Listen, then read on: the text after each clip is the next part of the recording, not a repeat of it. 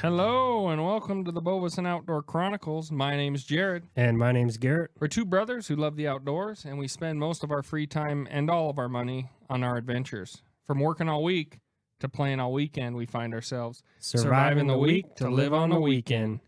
So tell us what we're doing back for Season 2, Garrett. We're back for Season 2. We've added video, and we're back and we're bigger than ever.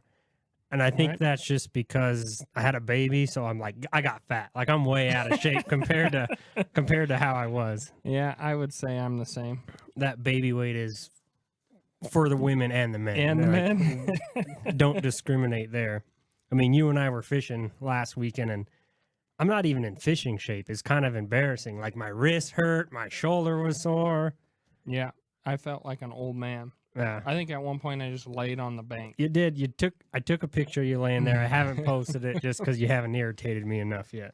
That was a lot of fishing for one day, just standing there in one spot. I mean, people talk about getting in elk shape, and we're not even in fishing shape. So we got quite a road to climb. So tell me what we got coming for Season 2.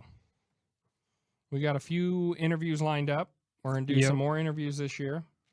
We've got one of our relatives who's a mountaineer. He'll be on. I have another friend who flies a plane. We're going to talk to him about flying his plane into some landlocked areas. And we're bringing video to our stuff, so you guys will be able to watch us talk as well as listen to us talk. And I think we're going to have a pretty good year. I think so. And you can also see kind of behind us, we have one of our merch T-shirts with one of our uncle's famous sayings in it. The more lead in the air, the better the chance. So this should change every episode until we run out of shirt ideas, and then we'll probably repeat. So I think send them in. When that saying was made up, I think he was using a lever action. So he was using a lever action. I mean, that makes sense. 30-30. Yeah. When he was like 15. Yeah. Yeah. But we redid our podcast studio. It's used to be just in the corner of one of my bedrooms, and we kind of gutted it and made a more legit studio. So I think next week we're going to redo your different room, and just get my free labor. Is that kind of what? Yeah, as soon as you're done with the podcast, this will be a nice room just for my house. So we'll move it in a different room. Well, why don't you go ahead and introduce our guest, Garrett, since you're the one that's got the connection there. So I'd like to introduce Jeremy. I met Jeremy originally off a Craigslist deal, and I was buying some robo ducks, and I think it was like hella cheap that he was selling them. And I went and kind of got to talking with him, and in his garage he had like this built-in kennel with I think like a couple golden retrievers in it.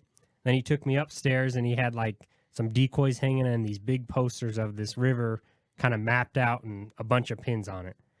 And then I just kept talking to him, and he came out to my truck, and I was kind of telling him like, well, I'm hunting this pond, and this is where I'm thinking about setting up. He's like, where's the wind at? And then he drew on the dust in my pickup on the window. He's like, this is your setup. You set up here. The ducks are going to come in here. He was right. He was right. Yeah. Helped you out. So I will say we've shot a lot of ducks over those decoys he got from me. Yeah. Oh, good. Yeah. And then I also ran into Jeremy through my day job, and that was for the Stillwater train derailment, which in my mind is confusing as hell because it was the Yellowstone River, but it was in Stillwater County, so they call it the Stillwater train derailment. I mean, don't you think they should call it the Yellowstone train derailment? I think there's been enough spills in the Yellowstone. It gets confusing if you were to call it that. So go ahead and introduce yourself, Jeremy. Who are you and what do you do? So my name's Jeremy DeVries. I'm the owner of River Rock Outfitters. It's an outfitting business on the Bighorn River near Hardin, Montana. I have a partner in River Rock Outfitters. The guy's name is Matt Koenigsfeld. He just became a partner with me this year. Been in business this will be our 31st year, actually, this upcoming. Same age as me. It's a long time. We should have a birthday collab. Let's do it. Let's do it. Grew up in a little tiny town in northern Montana called Sunburst, Montana. Went to school at Montana State in Bozeman, and I graduated with a degree in psychology. Qualified me to do absolutely nothing, and so after I graduated, I said I'm going to go do what feeds my soul, and ended up on the Bighorn River as a fishing guide. And so I've been doing that for a long time. I ran a Orvis Endorsed Lodge for 25 years or 20 years or so. And then my kids were getting older and they were playing sports. And so I couldn't be out on the river constantly. And so I made a switch into insurance. So that's primarily what I do right now is I sell large group insurance, health insurance to groups, maybe 50 employees or bigger. And then the outfitting business just kind of feeds my soul. Mm-hmm. And what it's a labor of love. You know, you just love it. Mhm. And got lucky enough just this year when we partnered with my partner Mac.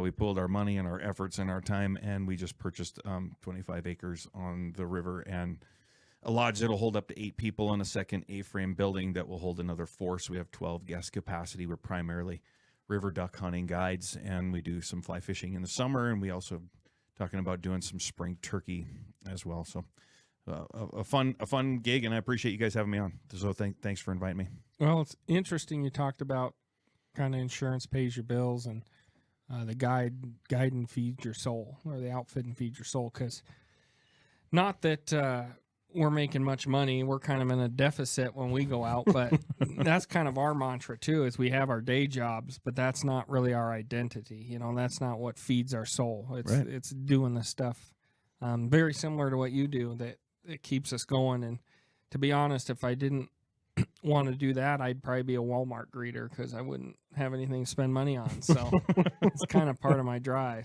I've never done a podcast before.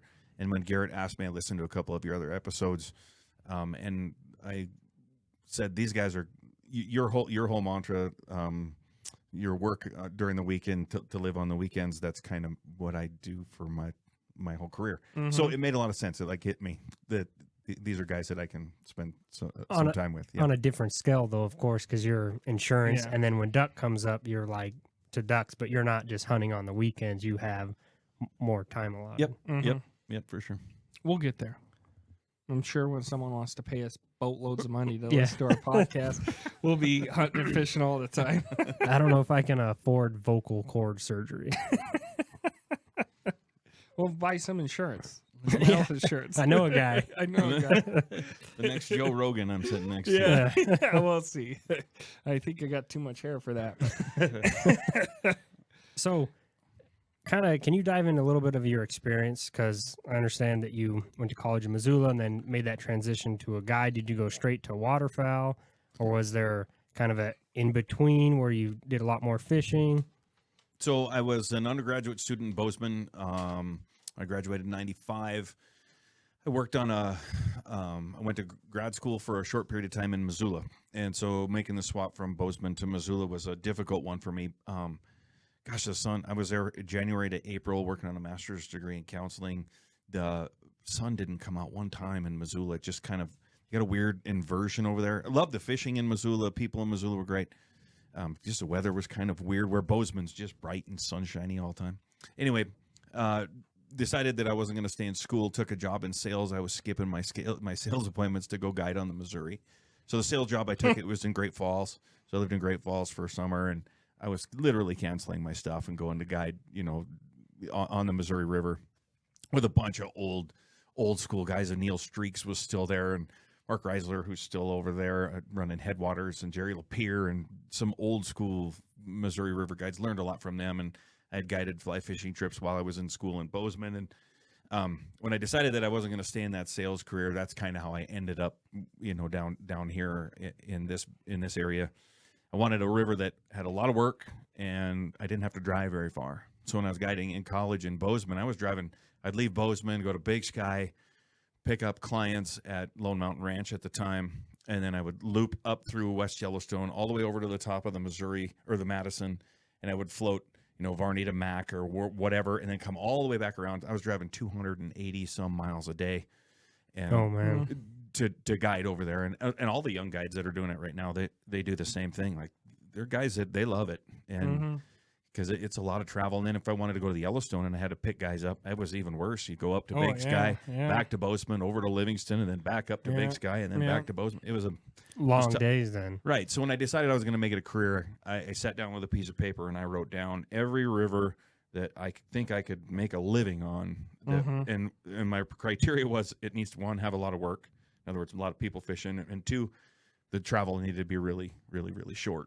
And so I had the Missouri, and then I had the Green in Utah, and I had the San Juan in New Mexico. I had the White River in Arkansas, and the Sacramento in California. Like, I had a lot of the Snake. I mean, I had a bunch of different options that I was going to do because I was willing to go anywhere. Called my dad and said, Dad, I need the camper. He goes, what for? I said, to live. He goes, what are you talking about? You got a college degree to go out there dick around on the river? Yeah, that's what I'm going to do. And so I moved to the Bighorn in 1997. Set up a pop-up camper at Cottonwood Campground. Really? Yep.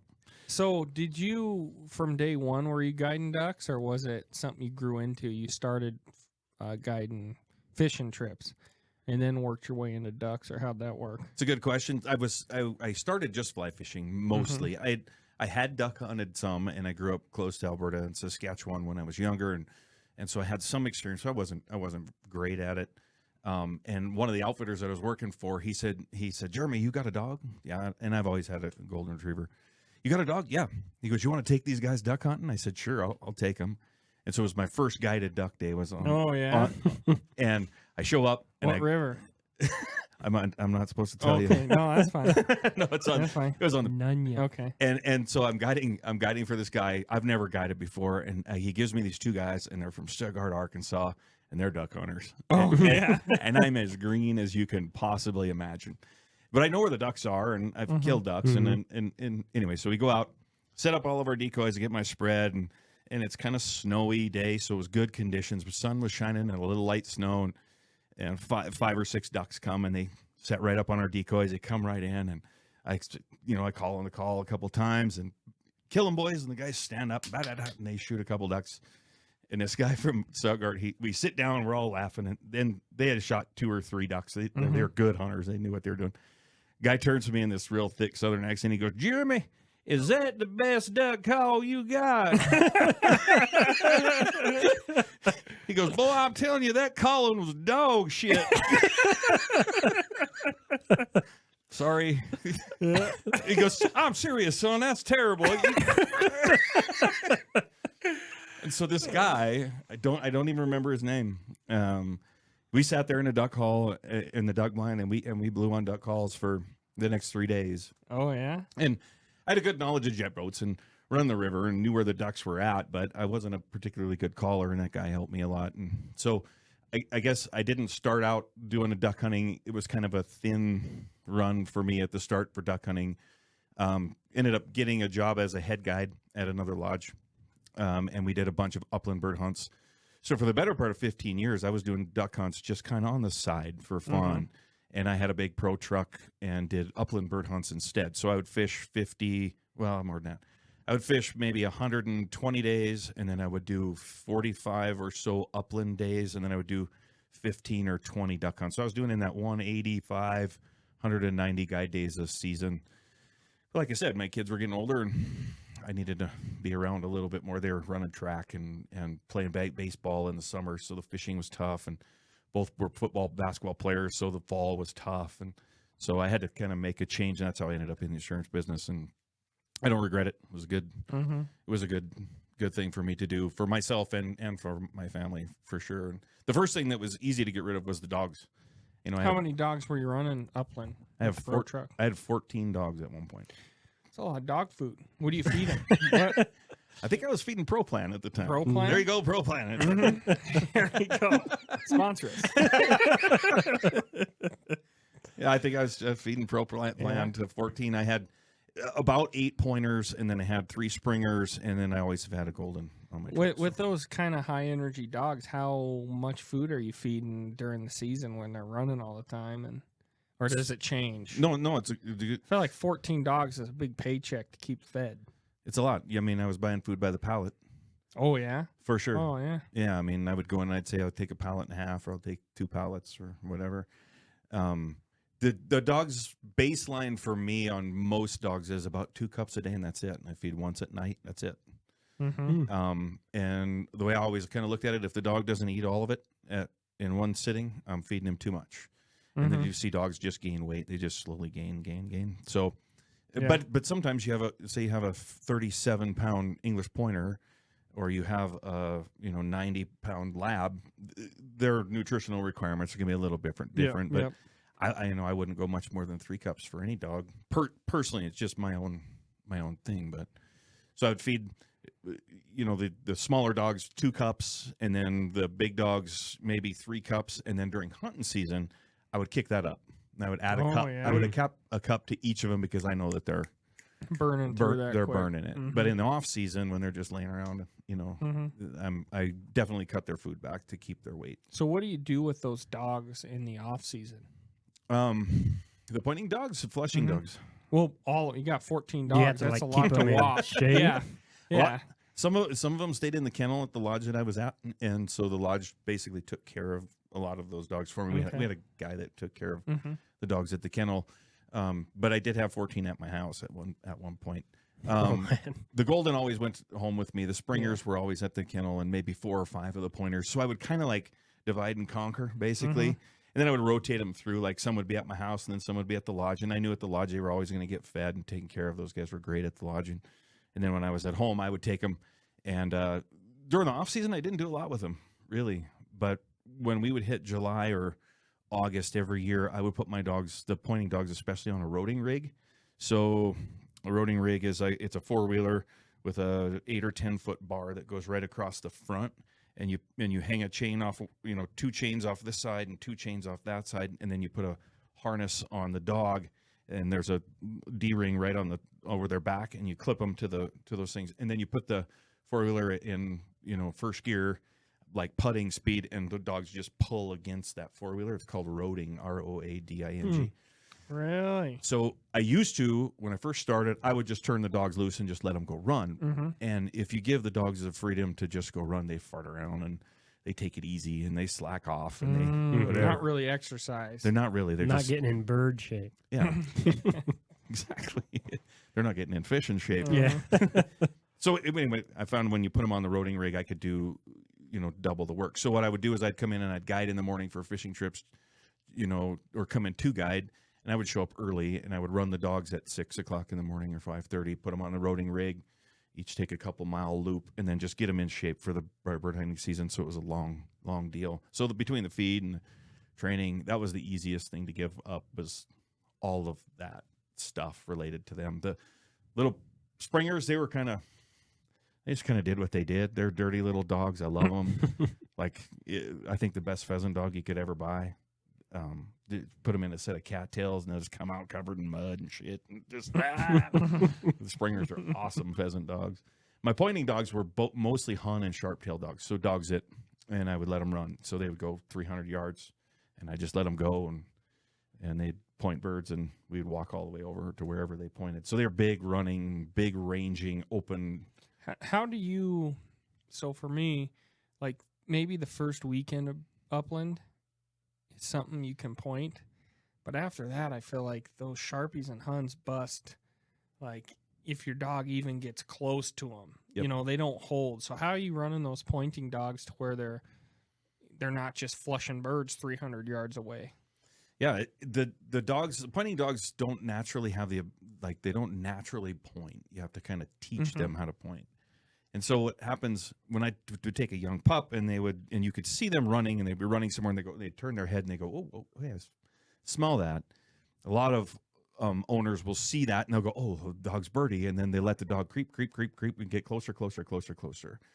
And that's where a guy like me, I would grab that dog and I would put him on a rope. And as soon as they got that smell, and if they took off even closer, I'd yank on that rope and make them backflip, and I'd stand them up. Whoa. And so from a very, very young age, I'm teaching those dogs that as soon as you smell something, Stop. You walk up. you're done. There's no creeping. There's no wiggling. There's no I'm going to get a little closer, which is part of what makes hunting pheasants hard with a pointing dog. Because they run so much, which is why my pointers were primarily sharp-tail And hun dogs. So there'd be lots of times when I was guiding upland birds a lot, clients, I'd say, walk past that dog, and they'd start walking, and they'd kick around right in front of the dog's nose, and I'd just kind of chuckle, and I'd say, keep walking. And the guy would turn around and look at me like, what are you talking? Keep walking. And they'd say, which direction? I say, into the wind. Just wherever the wind is, just start walking walk right into that wind. And sometimes, we get points at 40 yards or 50 yards or 60 or, big distances. So a lot of it was just taking the time to teach that dog, Not to Set, get right stop. up on them. we got to stop. And as Okay. soon as you smell it, you just tell me that there's something in the area, and then we'll walk around and find it. And I think that's something that's missed a lot of times with guys when they get pointing dogs in. Yeah, they let them creep or get Yep. too close. Mhm. Well, That's- you always see like the pictures of like the pointing dog and then like the bird right on top of it, you know. Yeah. And then people kind of get that in their head, but that's interesting. Yep. Held up by the wind. And then another thing that you talked about is food for your dogs and keeping them in shape, you know, not feeding them too much. Yeah. After having a hunting dog, it's kind of sickening. Like you go around town, you see people's dogs, and you're like, that dog is severely out of shape. Overweight. Yeah. Yeah, that's interesting you say that too, because it seems like our dogs are always in shape, but I also like my dog free feeds. So I just, if his bowl's full, I just keep it full. If it's empty, I fill it back up, and he'll come by and he grabs like a mouthful. But when I first got him, he would like kind of gorge himself, right? And I was a little worried, but I think as soon as it occurred to him that, hey, the food's always there, it wasn't like, oh, I got to eat it all. So he'll come by and eat a little bit. And then maybe at night come in and eat a little bit. And after a day and a half, I just scoop the bowl full again. Yep. And every dog's different. You know, some dogs can free feed and keep their weight under check. And some can't. And some dogs can't. And maybe it's the number too, because I just have my dog and you just have your dog. So there's no competition for that food. Yeah, I will say either. when your dog's over, my dog certainly eats more food. Just I think through that competition of there's a resource, here's another dog. But then our dogs also, like my dog elk hunts with me. He doesn't hunt. He walks with me. When I'm deer hunting, he walks with me. If I'm scouting, like that picture on the wall where he's wearing sunglasses, that's from one of the mountain goat hunts, or that was before seasons. We were up scouting mountain goats, and he was jumping. We get up in those granite boulders up top, and he's jumping boulder to boulder with me, you know. Just seems, and then you see a dog that's like really overweight, and you're like, fuck. I feel bad for the dog. Yeah. I know For what you sure. mean. Well, Yeah. think about it this way. If a dog's 60 pounds, which is kind of average size for a female golden or a lap, right? If this female dog, she's 60 pounds. What she's supposed to be is 60 pounds. And the dog's sitting there at 80 or 90. You're talking 40% overweight. So if you convert that over to humans, so if you have a human that's 200 pounds and they're 40% overweight, it's going to make them 300 pounds. 300 Yeah. pounds. I mean, Yeah. it's a big And then it's like, yeah, she duck hunts, and you take her out, and you're like, that that fucker's poor gonna have a dog. heart attack, you know? Yep. Damn. But I will say, 2 Saturdays ago, my dog, he's always been a reactive dog, Yeah. and I take him to work with me, so he's like he knows people, but he just likes to bark at shit. Well, Even if he knows you, you can tell the story. all right. This is Matumbo, right? This is, His I na- call him His name Matumbo. is Flux. By His the name way. is Flux, but I call him Matumbo because my dog Forge, he's a very serious dog, and my dad's dog Quench is a very intense dog. Like he could take a little more training, but he's just very intense. Garrett's dog Flux is just kind of like, He's just a baby. Yeah, that's what he keeps saying. He's just a puppy, and he's 100 pounds. He looks half Great 90 Dane, in my pounds. opinion. But I will explain him to you. Like we're hunting, I hunt with him all day. He's tired. We're at camp. I walk to the other side of the truck to like kind of pee on the tire, and he looks up and sees me peeing on the tire, and I'm like, I just was sitting next to you. Why are you barking at me? So he's reactive, but he's wagging his tail the whole time. He's just Yeah, he's a big dog, so it's Yeah, intimidating, it right? is. Yeah. Well, 2 Saturdays ago, I was in the folks' driveway, and how many times have I been there? A bunch, right? yeah. He's getting in the truck with me. Well, there was a dog across the street, and took off. And I holler, Flux, Flux, and Didn't stop it. didn't stop him. And then you hear that sound. I don't know if anyone's ever heard a dog get hit by a car, but it's not a great There's a sound. crunch. And when it happened, I didn't see it happen because kind of through a bush, but then I saw it right aftermath. He was kind of under the tire a little bit, and the lady driving was like, you could just see her face. She's like, I don't know what to do. You know, it's like, it's not your fault. You know, he shouldn't have ran out. But I grabbed him, you know, I'm kind of dragging him back, and there was no blood or anything. And then all of a sudden there was blood. He was howling. And on one of his back legs, you could see the bone sticking out. Oh, So Didn't break his leg. It was on his paw more, right? yeah, kind of where like, that it ankle joint's at. tore all the skin off from that ankle joint down to like his toes.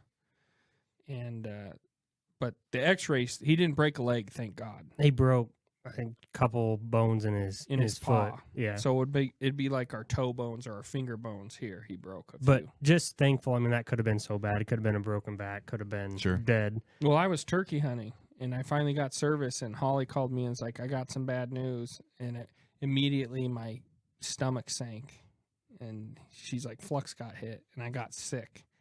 Because Dad's dog they thought he had cancer, 3 months ago? Mhm. Or no, it was Christmas. He'd show up to my house for Christmas, and his dog is not doing well. They take it to a vet who just randomly, my mom called the vet number. She dialed the wrong number. Ends up getting another vet. Okay, so like randomly dialed a number. It just happens to be a vet that lives by me and is going to meet him at the gas station on No Christmas Day. wow. And it was a whole ordeal, but he was going to die of cancer. And then the next day, they're like, holy shit, We don't know what happened. we don't know what happened, but he's going to live. And his white cells went from 0 to back to normal in a few days. And so that was like a kick in the nuts. We thought we were losing Quench. And then 2 Flux weeks got ago, hit. Flux got hit. And we don't know quite yet how that paw and leg is going Gonna heal. to heal. But kind of back to he's a reactive dog, right? He's super friendly. Well, he hates that vet now. He's known as like the pain in the ass dog, where they come and they got to like knock him out, just change his dressing.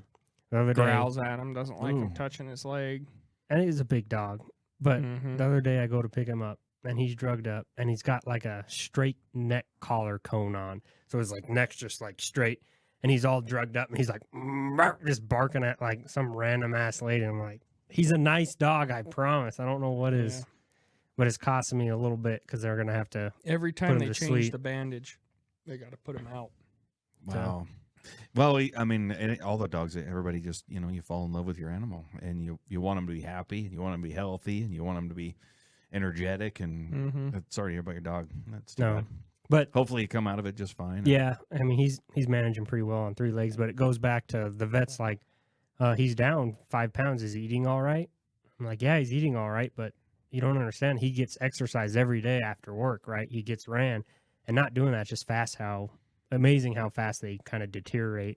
Yeah, As far as that Dad's muscle mass. dog Quench, when they thought he had cancer, he went from a normal dog, and in a week he looked like a fish or a snake. He had this big normal lab head, and then it was just skin and bones. You could see his ribs, his spine sticking out because he wouldn't eat.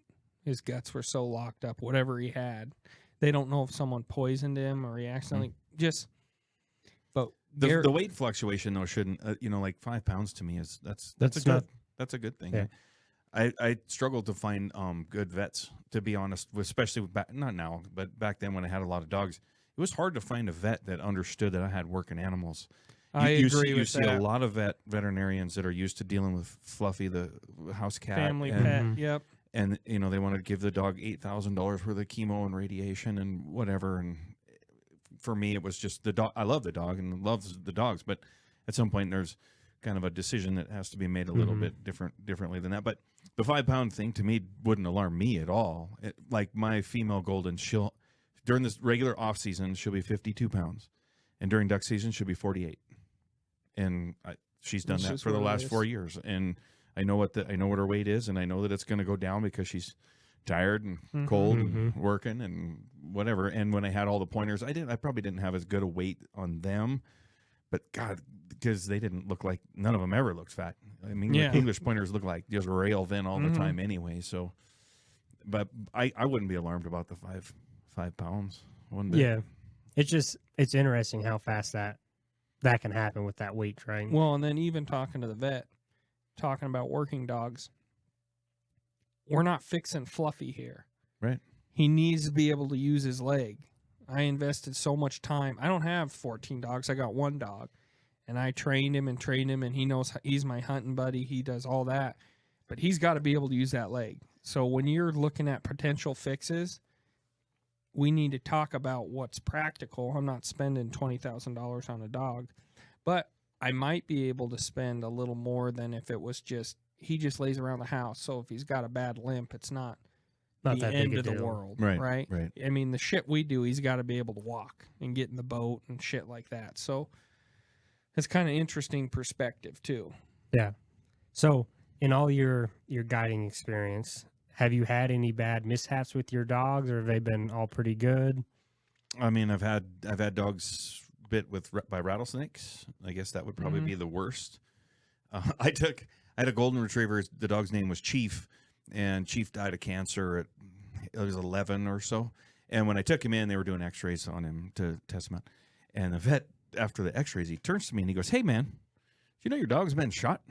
And I was like, "No, what are you talking about?" And he goes, "Yeah, he's got 15 to 20 pellets in the back of his head, No like in his shit. ears and on his neck or whatever." And, I mean, he was a guide dog for 12 years, and at various times he had been shot by a stray pellet or BB, that had just hit him.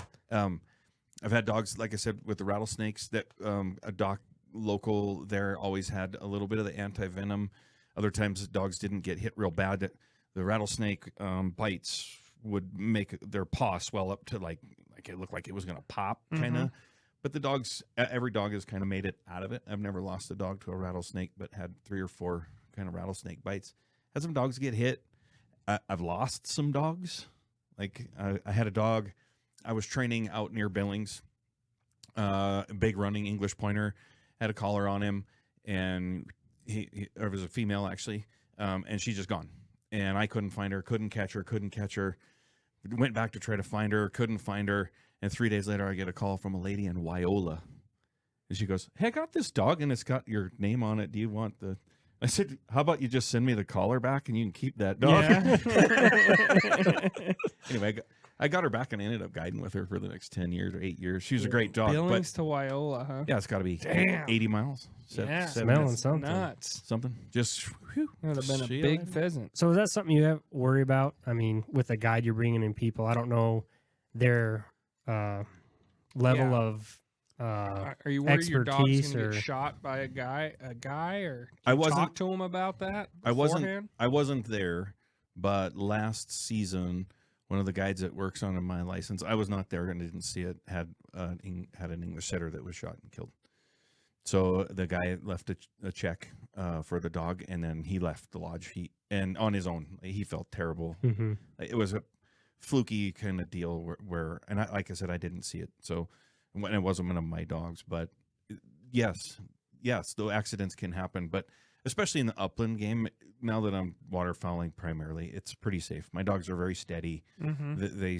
They don't go until I tell them to go. So we'll shoot, and we'll even shoot cripples on water and stuff. And my dog just stays in the blind until I tell him to go ahead and go. So it's much safer than the upland game. Upland game was more Yeah. dangerous, both for people and for the dogs, truthfully. Yeah. And I'm always nervous. People know what I do, and they'll say, "Hey, we'd like to go with you," but I'm always a little nervous, and I'm like, well, not only am I trusting you with my life, but my dog's going to be out in front of us. Yep. And if you jump a bird and shoot my dog in the back of the head, I'm like, I got to dig 2 fucking holes. You know what I mean? Like that's a Yeah. big issue. Yeah.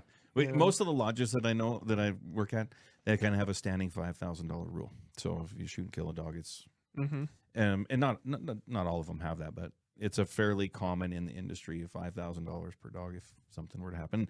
And I know another friend who's had a dog that was shot, but I've been fortunate in that, a couple rattlesnake bites and some cuts. And What do you do for bruises. your rattlesnake bites? I took him into the vet, and the vet had some of the anti-venom. They put him on and then the next time that I went in with another rattlesnake bite, the vet goes, "I don't have any anti-venom."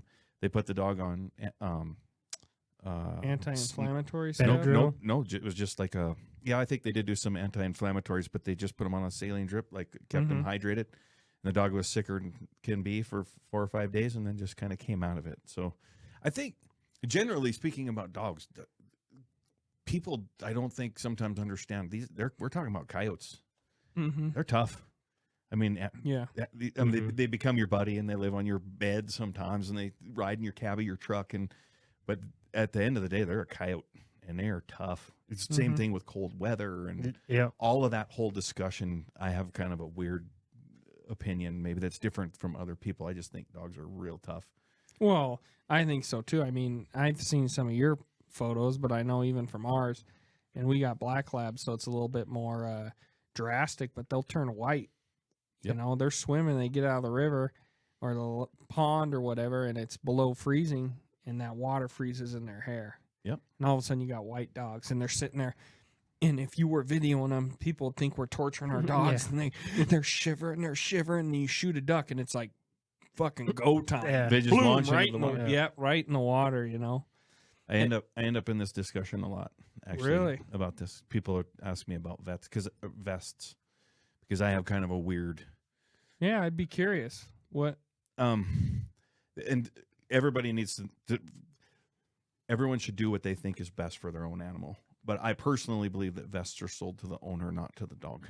Really? So every dog, like your labs, when you said they turn white, that's the dog's natural ability to shake that water off their skin. It freezes on those fibers at the end, and it creates this nice little parka. It does around that animal that keeps them just fine, just like coyotes and just like wolves and every other wild animal that lives out there. They do the exact same thing. I personally believe that he put that vest on. It takes that ability to move that water off of their skin away from the dog. They can't shake it to the end of those fibers. It just stays wet all day long. So you ever been water skiing with a wetsuit on? Yeah. 80 degrees outside. You get out of the water. What's the first thing that everybody does? Pull that wetsuit down because it's cold and shitty feeling. I think dogs do the exact same thing. So I run a vest. I'm not an advocate of a vest at all. Really? I'm not. It's interesting. So, like a golden's hair is a lot different than a Labrador's hair. Fair point. So, I mean, compare that to a coyote. Coyote's a lot different from a golden or a lab. True. And So, it'd be interesting to run some kind of heat study on core in temperature. like Forge, he's a mutt, right? Flat coat retriever and lab, and he doesn't have that like under fur that labs have. So Forge stays a lot wetter than the other two dogs. He doesn't shed water as well, and his hair's a little bit longer. But that's interesting. I never thought of it that way. I have a very controversial opinion. People, I mean, there are people that are going to hear me say that and they go, "That guy's an idiot." I hunted last year at 31 below zero, and I had my dog out there, no vest, no nothing. My clients were like, "What are you doing?" The client had a dog also with him. Dog had a vest on. On day 2 and day 3, the guy left his dog at home because the dog sat there shivering all day long and wouldn't get back in the water because it felt so uncomfortable. The vest got wet, and then the vest froze on the dog's body hard, and then the dog couldn't get into the dog blind to get out of the wind. So the dog was just sitting there freezing its ass off. And I told the guy, I said, "Hey man, just entertain me for 5 seconds. Just take the vest off and see what happens." And he would not do it. And I said, "That's okay. It's no problem. It's your dog. You need to do what you need to do." And I got a 48-pound female golden retriever over there, and she's like, "Let's get it on." 31 below. She's like, "Let's do this." So, do you have a lot of clients that want to bring their dogs? We do. Yeah. How does that work? Do you leave your dog at home, or can you? I tell everybody when they want to bring a dog, I say, "Look, you can bring your dog, but don't expect that your dog is going to get every retrieve. It's going to trade retrieves with my guides, or myself, or my guides' dogs. We expect the dogs to be steady. That means that we go bang, bang, bang, bang, bang, and the dog still sits in the blind. And we don't want dogs running around, to your point about maybe getting potentially shot. And then we expect that dog to honor another dog's retrieve. In other words, if a dog's out there getting a retrieve, we don't want that other dog to run out there and try to steal it from the other dog. And then the dogs get into a fight about who got the bird and all of that. So I guess, excuse me, we have dogs, but our website says we allow well-trained dogs. Okay. So we let dogs in that are, going to do a But you don't pretty know good job. that to begin with. We don't. So somebody goes, "Yeah, he does all that," or Yeah. "She does all that," and it Sure. comes out and it doesn't. Sure. What do you do in that scenario? I just say, "Hey, you're going to have to leave your dog at home." I mean, I've had a guy came out and his dog whined all day long, nonstop. And at the end of the day, I said, "Hey, we're not going to have the dog today." And the guy's like, "Well, it's kind of my trip." And I said, "Yeah, it's my trip too. I'm with you. I'm there too." And I just don't want to listen to it. And the guy was like, "I get it. It's okay." Like, he was cool about it. Good. Have you had any bad experience with people that you've taken out? Oh, not really. I mean, overall, if everything is, I mean, I've had guys that I've had to take their gun away, on upland hunting, where I was like, okay, you're done for today, and Because they're doing dangerous stuff, or yeah, yeah.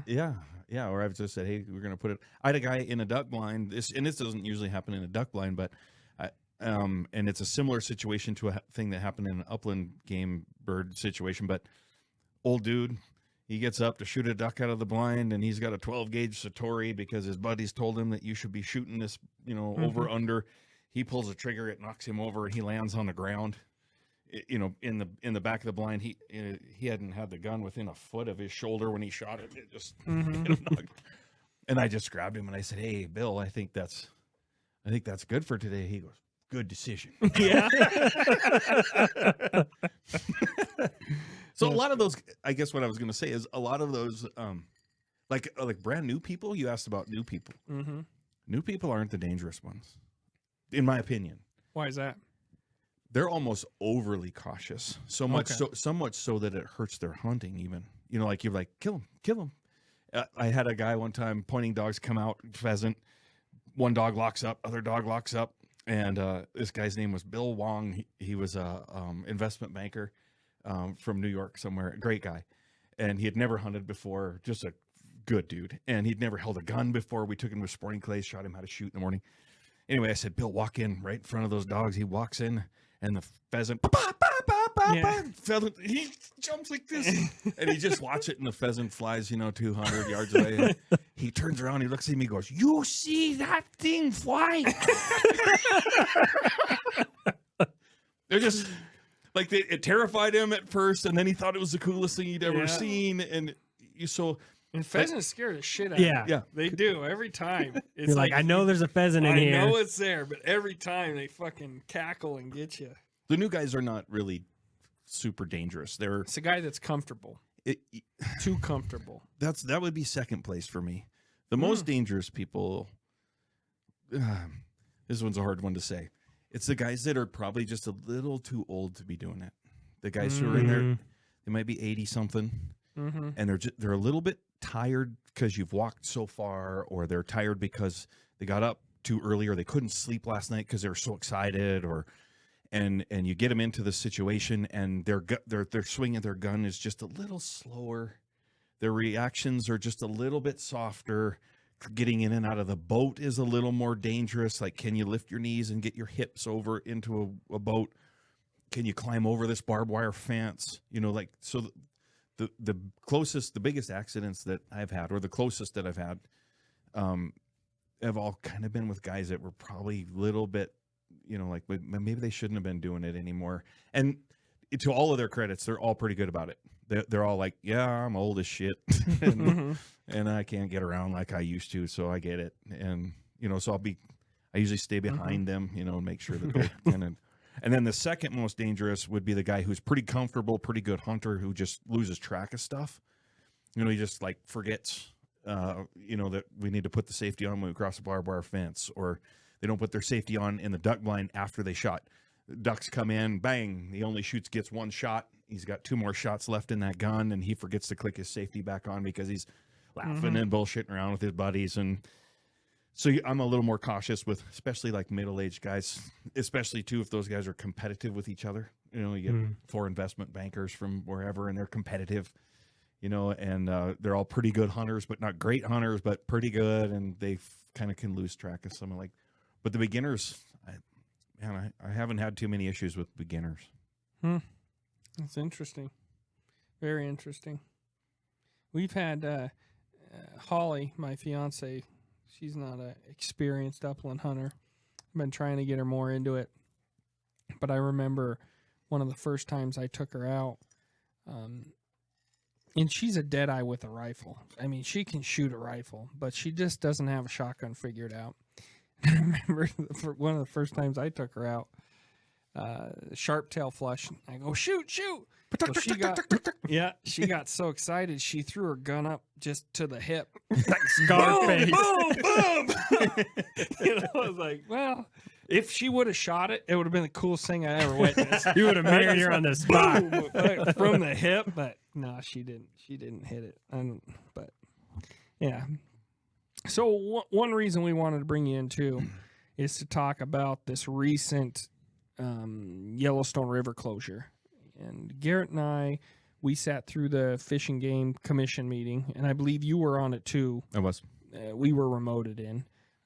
It was the first one I'd ever been on. So I didn't know you had to sign up beforehand to actually speak online, so I could just watch. Otherwise, I might have asked some questions.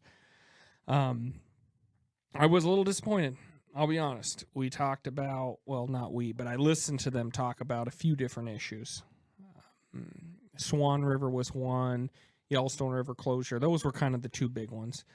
They talked about waterfowl season a bit, but what shocked me the most was it felt like it was just a group of people making decisions just because they were put in a room to make the decisions. It didn't seem like they had a lot of evidence one way or the other, not a lot of science one way or the other. They had a lot of maybe public opinion. And maybe I was disappointed because I assumed they did, put a bunch of data together, and Fish and Game had all this data that they would propose to them, and then they would interpret it. And it wasn't that way. So maybe some of that disappointment's on me, but it was very kind of just like 5 people sitting in a room, and they were like, well, we read this. We think we should close it. Should we? And every one of them's like, yep. Okay, next issue. It almost like they had like a pre-meeting before. And then it was just like a check the formality. Box. Yeah, in front of all these people. So what I was kind of curious, I know you sat in it. What were your thoughts on that? And have you been to one before? I have. Okay. Yeah. So you're probably a little more. I've been to several of them. Well, for those people who don't know, so there's a closure on the Yellowstone River. It's 87 miles. It goes from the town of Forsyth to the confluence of the Bighorn River. It's an area that I don't hunt in personally very often. Well, I obviously don't hunt in very often because the river's closed. But even in the that would have been really fun though. Great hunting there. Awesome hunting. Too bad it's closed. No people. So there's good hunting in the fields that are kind of around that area, particularly for geese. And they had closed that section of the river in 1950. 59, I believe. Thank you, Garrett. 59, because the number of geese were down to an estimated of 600 geese, and right now they estimated at 300,000 geese. So basically, the argument was that it was such a smashing success in wildlife management. We should enjoy some of that success and open those 87 miles of river back up. Well, because in that area, not only is land access diminishing, but the amount of people going to that area to hunt is growing. Correct. So the question is, if the geese went from 659 and now they're over 300,000 in 24, why wouldn't we open up 87 more miles and spread those hunters out? Sure. And it's a great question, and everyone just has their own opinion. I think the part that I came away from the deal was just like you. I didn't have anybody with any real scientific kind of data about that. It was just a lot of people's opinions, including my own. And I have an opinion that's probably a little bit more 30,000 foot overview. Like I think a lot of people have their micro view. What's it going to do for me? Next weekend, I'm going to have 87 more miles to hunt on. And I think that's a very narrow scoped view of this. It's like a 1 year view instead of a decade year view or a decade view. Correct. Yeah. And my view would be a much larger, broad scale. What's it do to the entire ecosystem? What's it do for the entire migration? What's it do for all hunters, not just my own personal interest in the meeting? I do think maybe that those commissioners had gotten together and had discussed it before. I don't know that for a fact, but it seemed like there were, from the get-go, there were certain people who were kind of already on sides of, but then when the vote came out, it was unanimous. I mean, it was every commissioner said, let's keep it closed. And I know Garrett had some numbers about, in the past we've talked, but numbers about what people thought should be open and should it be closed. And my personal view is that refuge, the area that's not being hunted, I personally believe that the entire migration as it moves from Canada all the way to Mexico, I don't believe that birds follow. Most people would say it's directed 100% by weather. When the weather happens, birds move south.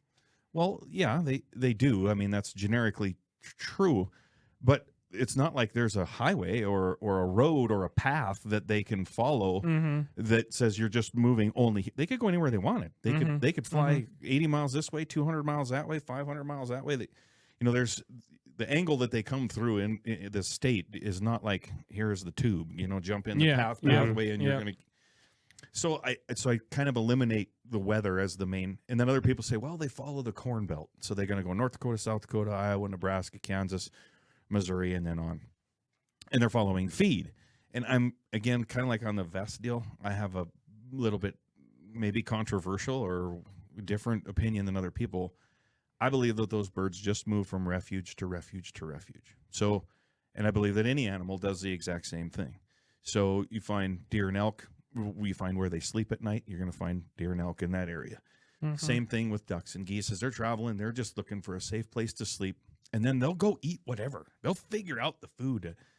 We have birds that we shoot every single year, and you pick them up, you go, oh, look at that cow shit right there on the. If it's really cold and it's really tough, they'll go eat cow shit if they have to. They'll sleep on local towns.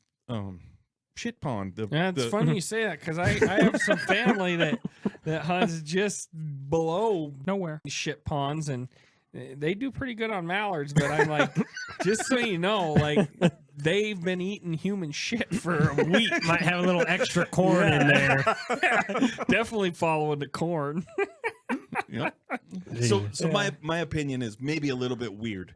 Because other people would disagree with me, but I believe that they move from refuge to refuge to refuge. So as they come out, they stop on the Missouri and they stop on this Yellowstone, and then there's another refuge below that, and then there's another refuge in Wyoming and wherever. They just keep on going from refuge to refuge. And I personally want that refuge to stay because I believe so strongly that brings the birds through. Yeah, it just creates a stopping point. So the birds stop on a spot north of us. And then they stop on this Yellowstone closure. Then they stop on another spot that's at the, southern end of the state. And then they skip their way over into Wyoming. And the more refuges we have in Montana, the longer those birds stay. So my opinion is that it gives us consistent hunting from the start of the season all the way to the end of the season, because we have these refuges that are holding these birds in our area right now. At the commission meeting, they also agreed to extend our season a little bit later into January. But they make the gap bigger. They make the gap in the early season. That's a federal thing, right? Because you're only allowed so many days to hunt. Yep, that's right. So that's why that gap exists. Yep. So they extended the gap in October so they could extend it in January because there was a public outcry that says, hey, the birds are here later, longer. I think that part of the reason why they're here later, longer is because we have these refuges areas that hold birds. I think the best hunting in the whole United States. Anywhere you find good waterfowl hunting, there's going to be a refuge nearby somewhere. Whether it's Devil's Lake or the Missouri in North Dakota, or whether it's Love Lake down in Missouri, or wherever you can find good refuge, unhunted, low pressure, that's where those birds are going to end up stopping. So the reason why I wanted it to stay closed was to protect the whole migration, like the big giant picture. Is like, let's keep this stopping spot here. Because I think that makes the hunting better for me, the general public, the landowners, even from people from out of state who come here to hunt. I think that's what creates that good hunting is that closure. That closure, yeah. So I have a few things. On this, I go back and forth because as a public land hunter, I'm all about access, right? And so opening something to more access where we know that more people are coming to the state, more people are hunting, why wouldn't we open more access to allow more and more people to experience it? Kind of your thought is that it's going to degrade hunting in the area because the birds are going to move through fast. Well, yes, but kind of, I guess. I guess my concern is because I agree with the biologists. They say we got 300,000 geese right now in the area. And let's be clear too. When we're talking about this migration, we're not so much talking about ducks. Correct. This is much more. This closure is for that goose migration. Yeah, because we have a spot in that area for sure. In that area, we have a spot on the Yellowstone River. Just gives us enough access to get on the Yellowstone, where every morning when the geese fly off, we shoot some geese, and they're back the next morning. Rinse and repeat. It's not like they're scared off.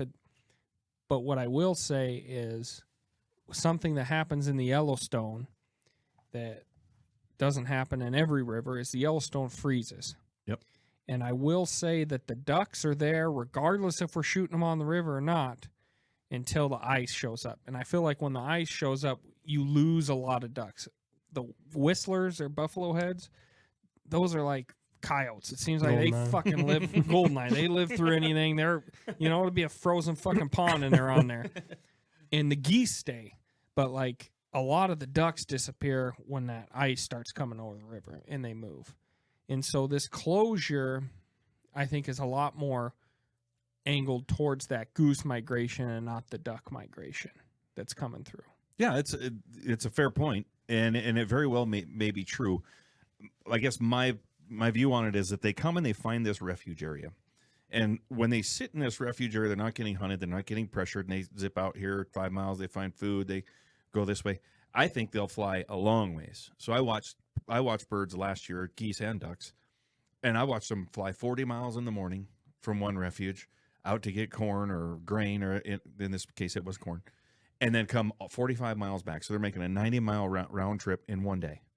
And I think that people sometimes underestimate how quickly waterfowl can really move, especially, ducks and geese, but they can move a long ways really quickly. So what I think happens, and to your point about how when the river freezes up, that river freezes and those birds go, okay, I'm out of here, and they find a spot where there is open water somewhere else. Well, that somewhere else, maybe it's being hunted by 10 boats, and the birds go, whoa, that was worse. Like, we had ice over there, but we're getting killed over here, so we're going to sneak back into this icy stuff. And so there are spots in and around that area that even when it's frozen and even if they opened it, no one could boat it anyway. No one could. No it one freezes up. Right. No one could boat it even if they did open it. Yeah. Those birds find that thing, and they might skip 10 miles or 20 miles every single morning to go find something to eat. My point has nothing to do with that. It has to do with just how do you stop them? Like, how do you keep them from just passing leaving over the area? Yeah, right. They just pass the whole area completely. Well, if there's spots where they're not getting pressured, I mean, naturally they're going to find those spots, right? Exactly. So what does that actually do with hunting pressure? Like, why wouldn't we open it up if the river's 100% open, but the access isn't on the river, especially in the later season? See, and that's where my response would be this. The fact that we have 3 different refuges coming down through the state of Montana, and in theory, you could argue that there are a lot more if you included warm water ponds or little sloughs or creeks that don't freeze, or water treatment plants. Water treatment plants, exactly.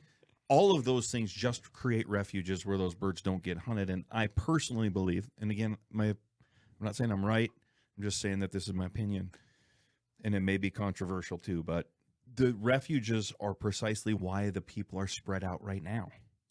And if you eliminated one of those refuges, now you're going to take all the pressure that was hunting this cell of birds, and all the birds are just going to slide down to the other refuge, and now you're going to be more pressure. And now you're just, so I think it would do the exact opposite of what the hope was. The hope was open up 87 new miles of river, and it's going to let 87 more new miles of people to hunt. Well, it's going to just create 87 more miles of pressure, and it's just going to congregate birds south faster. So my concern would be that instead of having a season that goes all the way through to middle of January, we would end up with a situation where all the birds are in the southern half of the state by December 15th. And that whole last month, it was kind of Suckville because we just have every hunter and all the birds congregated into one little spot. And that other refuge, it's a morning flight to get to Wyoming.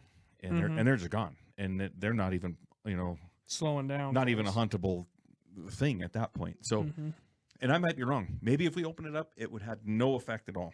maybe it would have affected nothing, and it wouldn't have changed a darn thing. But I'm sure it would change if the river doesn't freeze. Once in a while, we have a year where the river doesn't freeze, and then you have boats on it running. That would be a lot more pressure. Yeah, and right now that river that is open, that doesn't freeze, it gets way too much pressure.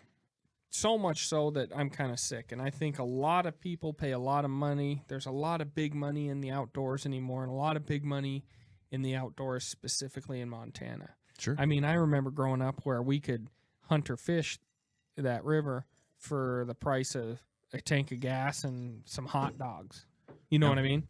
And now it seems like I'm going up against guys with a $20,000 jet boat and brand new decoys, and they get out with these shotguns that cost more than my vehicle, and that's hard to compete with. And they're fucking there every fucking day, pounding that river, you know?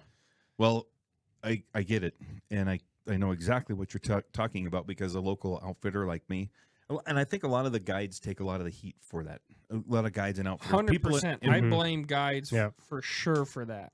and that's okay. I get it, and my perspective on it would be this: we have more in common.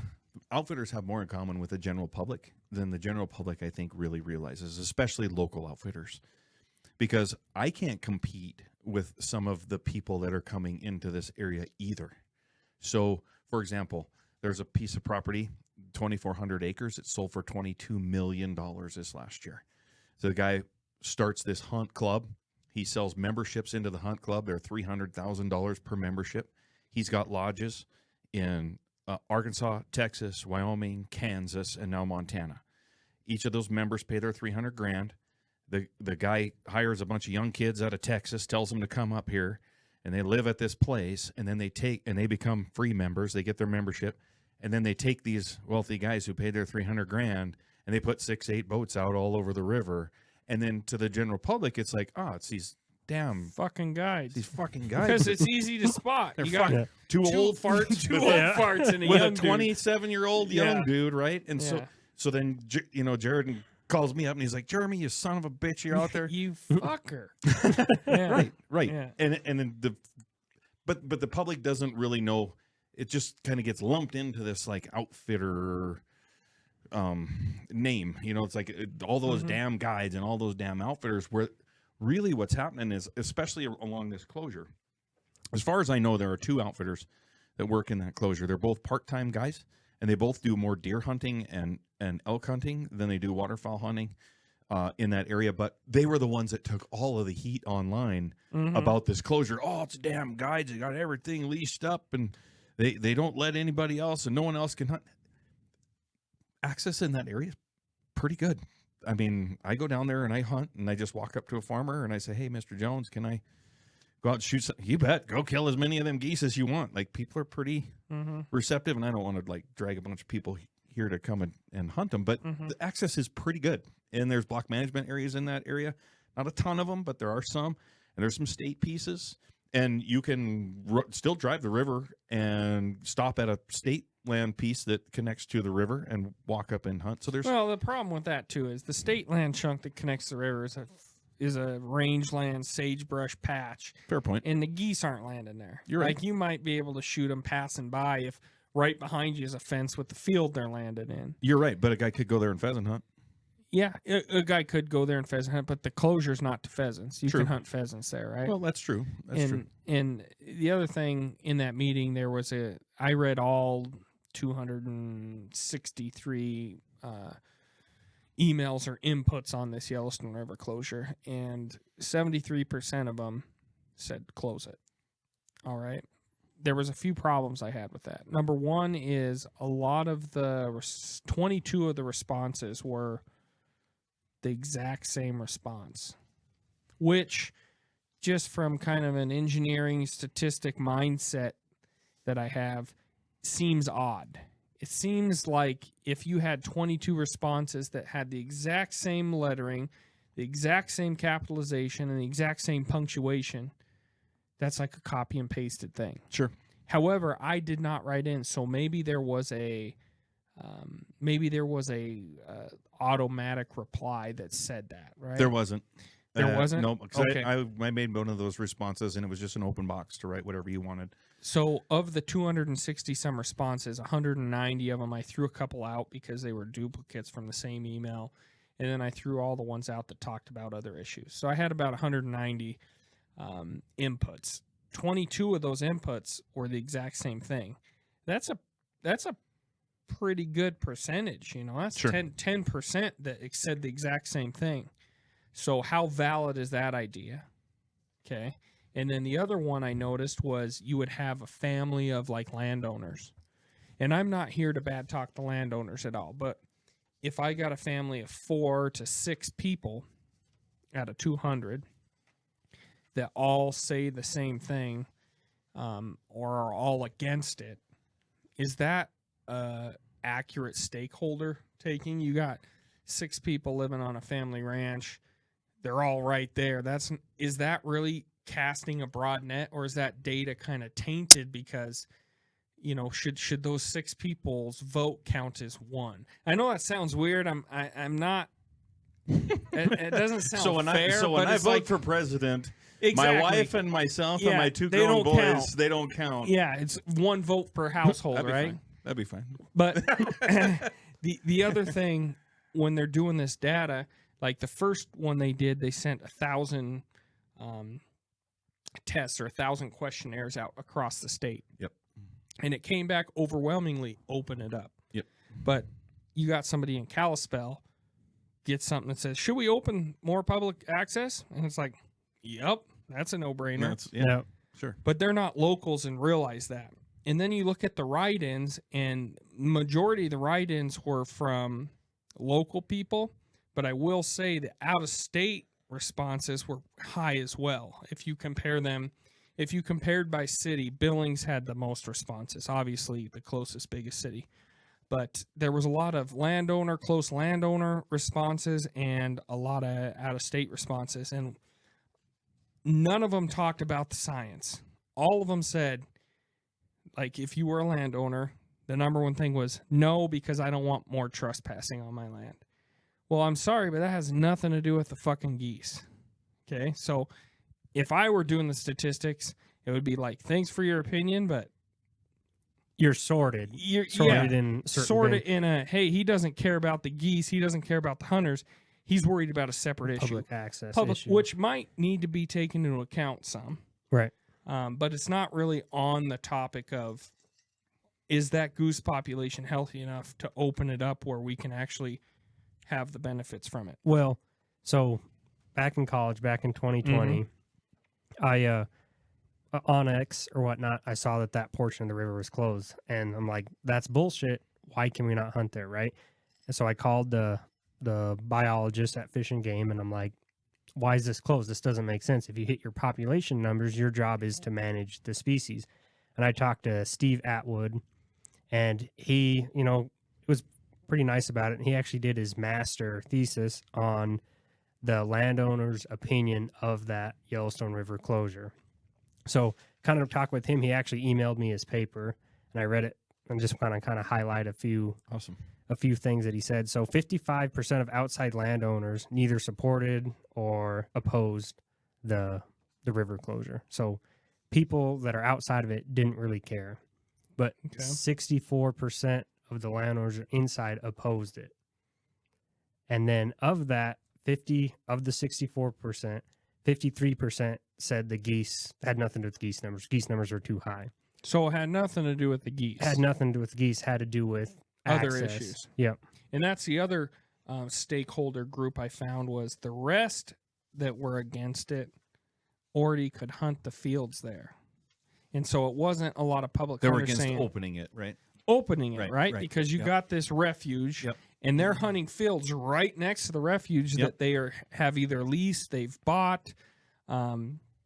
I always think I just blame it on outfitters and guides, right? It's worked so far. It's all fucking locked out by these fucking outfitters bringing all these out-of-state fucks in here, or some stupid fucks from Bozeman or something down here, and locking up all this land. And they all wrote in, "Hey, no, let's not open it." Well, you already got it fucking made. Well, What about these guys who want to fucking shoot some geese and we can't get in there? So 10 years, maybe longer than that, 15 years ago, I used to work for one of the outfitters that's in that valley. So even though I'm not there now, I spend a lot of time in that valley. The largest group of people that are doing the leasing in there, frankly, they're either from out of state or they're local business people. Like one of the largest, best waterfowl leases in that whole area of properties used to be leased by this outfitter that I knew, and he lost it because someone else came in and gave $50,000 a year. Jesus. To lease that piece of ground. Just stupid money. No. 50 G's a year. Outfitters like me can't compete any more than the general public can. We can't compete. I can't compete with that. You can't compete with that. No one can compete with that. You're in the same boat. And the landowner just goes, yeah, it's all yours, man. Why wouldn't he? I don't blame him. What? He's got to make a living. There's another very, very large lease up there that I know is owned by Bovasin businessmen, bunch of 6 plates running around up there that they have at least. Another one of the large leases on the other side is owned by, or not owned, but leased by some guys out of Wyoming. The guys from Utah that you wrote in, they have some leases out there. Yeah. So there's some out-of-state interests in here that just get lumped into the quote-unquote outfitting world that are really not. And the landowner, it's really easy for the landowner. Just somebody knocks on his door, he goes, "Hey, got it leased, sorry." Yeah. And he's not going to risk his $50,000. No, why would he? To slip 2 or 3 guys on there, he's for a day. The landowner's not going to do that. So, but all that being said, there's still, even while that happened, and even the outfitter that I was working for when he lost that lease, we found other guys that would let us go, and we didn't lease it. We just asked permission, and the guy said, "Yeah, sure, we can do it." I think there's a lot of in the general public, there's a lot of nervousness to just walk up and bang on someone's door and say, "Hey, Mr. Smith, what do you think?" And I don't think it's like just this particular area. I think it's a lot of places where people just go, "I couldn't get permission." Well, how many doors did you knock on? Yeah. Like, did you really knock on doors? Try. Yeah. Or did you just go, he probably won't let me because he's probably got it outfitted? That's 100% me. The few times I've asked, I've been shot down. It's kind of like when you're trying to pick up a chick in the bar. And after about 5 or 6, you're like, fuck it. Just give me a drink. I'm going to go sit by myself. I can only take so many no's tonight before I can not look at myself in the mirror. Well, we're facing the same, local outfitters like myself, we're facing the same struggle it's just an increase of pressure, an increase of out-of-state interest for leasing, and an increase of out-of-state people purchasing stuff.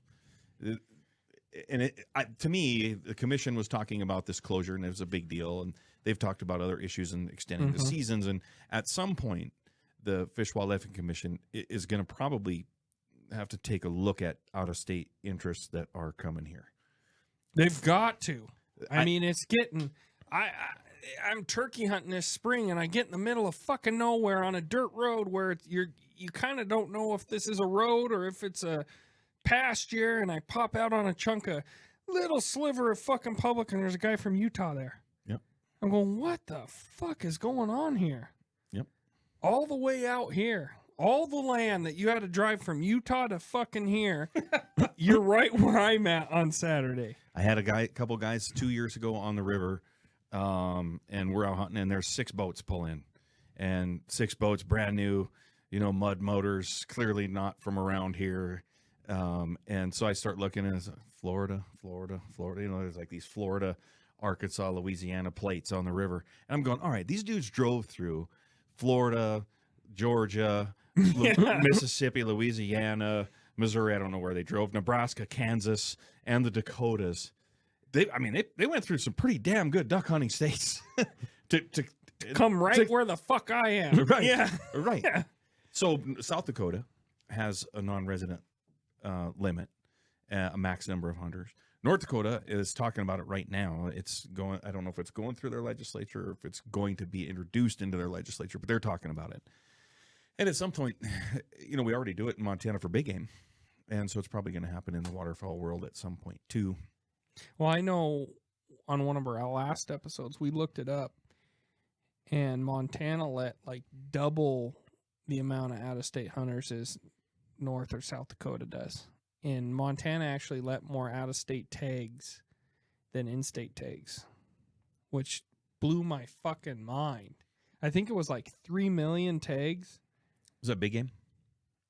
Hunting license. Just so hunting it was Okay. upland, waterfowl, big game, all that. Gotcha.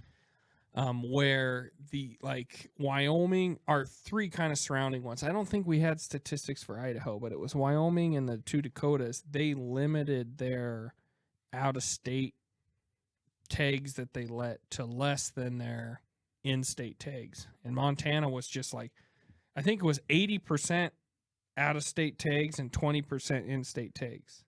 And that could be because our population's lower, where they can only sell so many tags, and there's a lot more demand to come here because we have shows like the Duttons and the Yellowstone. Yeah, like this. Yeah, come to Montana. Fucking hate you guys. Bovasin Outdoor Chronicles and Yellowstone. Gonna make me cry. So this river closure, it's been a hot bait issue, right? Yeah. People are both sides of it, and they feel pretty strong about it. And I did do some Facebook trolling where I got in I'm in Montana Waterfowl group, and I just started commenting on people's things to try to provoke a conversation to what's your thought on this? Because I think a lot of the issue is there's no data. I mean, you can speculate, I can speculate, but there's no data. And then as far as I understand your point where it's it slows down the migration, that makes sense to me, but you also have to think that something else happened, because there's no way closing 80 miles of a river increase geese from 600 to 300,000. Agreed. There's other factors at play. Sure. So we open this up and it decreases the rate of satisfaction or success for hunters, right? Is that worth more than the satisfaction that someone gets for being able to hunt by having that access? Does that make sense? Because where you hunt is pretty specific. I mean, you can walk in and stuff, but you have to have a certain amount of gear and whatnot. With opening this up, maybe someone who doesn't necessarily have that level of gear would be able to go out and experience it. Is that worth less than your value? So here would be my response to that. The amount of time, because that in that Yellowstone River closure, because it does freeze, the amount of actual usable time to me is not worth the danger of disrupting the entire migration. Fair enough. So there's a very small window, call it October and part of November ish. That it might be epic. It might be the best duck and goose hunting that you could ever find, or it might be average. It might just be so because it's still early season and we haven't had the weather to. But once that place freezes, the amount of additional access that you're going to get would be better served by having that refuge hold birds to keep people that far north in the state, right? And if you don't have that thing holding them there, my concern would be that they would just keep on traveling. Keep going. Now, maybe to your point, maybe the natural freezing of that river would do the same thing and it wouldn't matter. So, but we don't know because But we don't. one's ever studied it. because no one's ever studied it. It's just kind of written in opinions. Yep. So, But you bring that up. Oh, you have you go point you ahead. want to finish? There's an article that was done by Montana Outdoors, I believe, and on this issue, and they quoted Brett Dorak, who's the Region 7 FWP wildlife manager. All right, I'm going Is to he read the biologist or manager? manager. Okay. I'm going to read an exact quote from him, and then they summarize some other stuff he said. So the first thing is he comes out and he says the Canadian goose populations across much of the United States have grown tremendously since the late 90s. Going to Garrett's point, did that little 87-mile chunk of river create 300,000 geese? And in the Fish and Game Commission meeting, they kind of made it sound like that. It's one of the greatest conservation stories ever. Or is a lot of it like the fact that we're not getting nearly as cold as we used to in the north, right? I mean, you have snow geese now decimating the tundra, and that's why there's no limit on them now. They're like, kill as many as you can because there's not enough minerals up there. Even they have chicks that can't grow up and fly. So there's a lot of chick death happening because they don't get enough minerals. So, and that's the negative side of being overpopulated. But I'll go on with this quote. We did our waterfowl survey along the Yellowstone River in early January and counted well over 100,000 geese on the river. So that's in January when it's froze. there's not a biological justification to keep the river closed. So we'll wait and see what the public has to say and what the commission's decision is. And obviously the commission decided to keep it closed. To me, it's pretty obvious that it wasn't based on the geese numbers. It was based on, what people thought. And I think a lot of the write-in were stakeholders that had a bias to keeping it closed because they were already set up with what they have, or they didn't want to see something change. He goes on to say, and this is the point I kind of want to make too, with you talking about the river freezing. In this commission meeting, and when people talk about it, and a little bit on here, we talk about it as a refuge. It's a refuge. It holds those birds. It holds those birds. But the river's not closed to people. So as long as it's not freezing, people are going up and down it in jet boats, hunting turkeys, hunting deer, hunting elk, hunting pheasants, whatever you want. So the river's used. And jet boats and float boats and john boats are constantly disturbing that. And one of his things that they summarized basically was, there's plenty of anglers, boaters, and deer hunters and other recreational users that still use that river to travel up and down that county line. So it's not really an untouched bird sanctuary or bird oasis. It's being used. And so my proposition, or what clicked in my head in that commission meeting, was, why wasn't something discussed like, the geese don't come through till later. We know that even now because they're like, we want to extend the season. Why not open that chunk river to ducks in the first few weeks it's open before the break, right?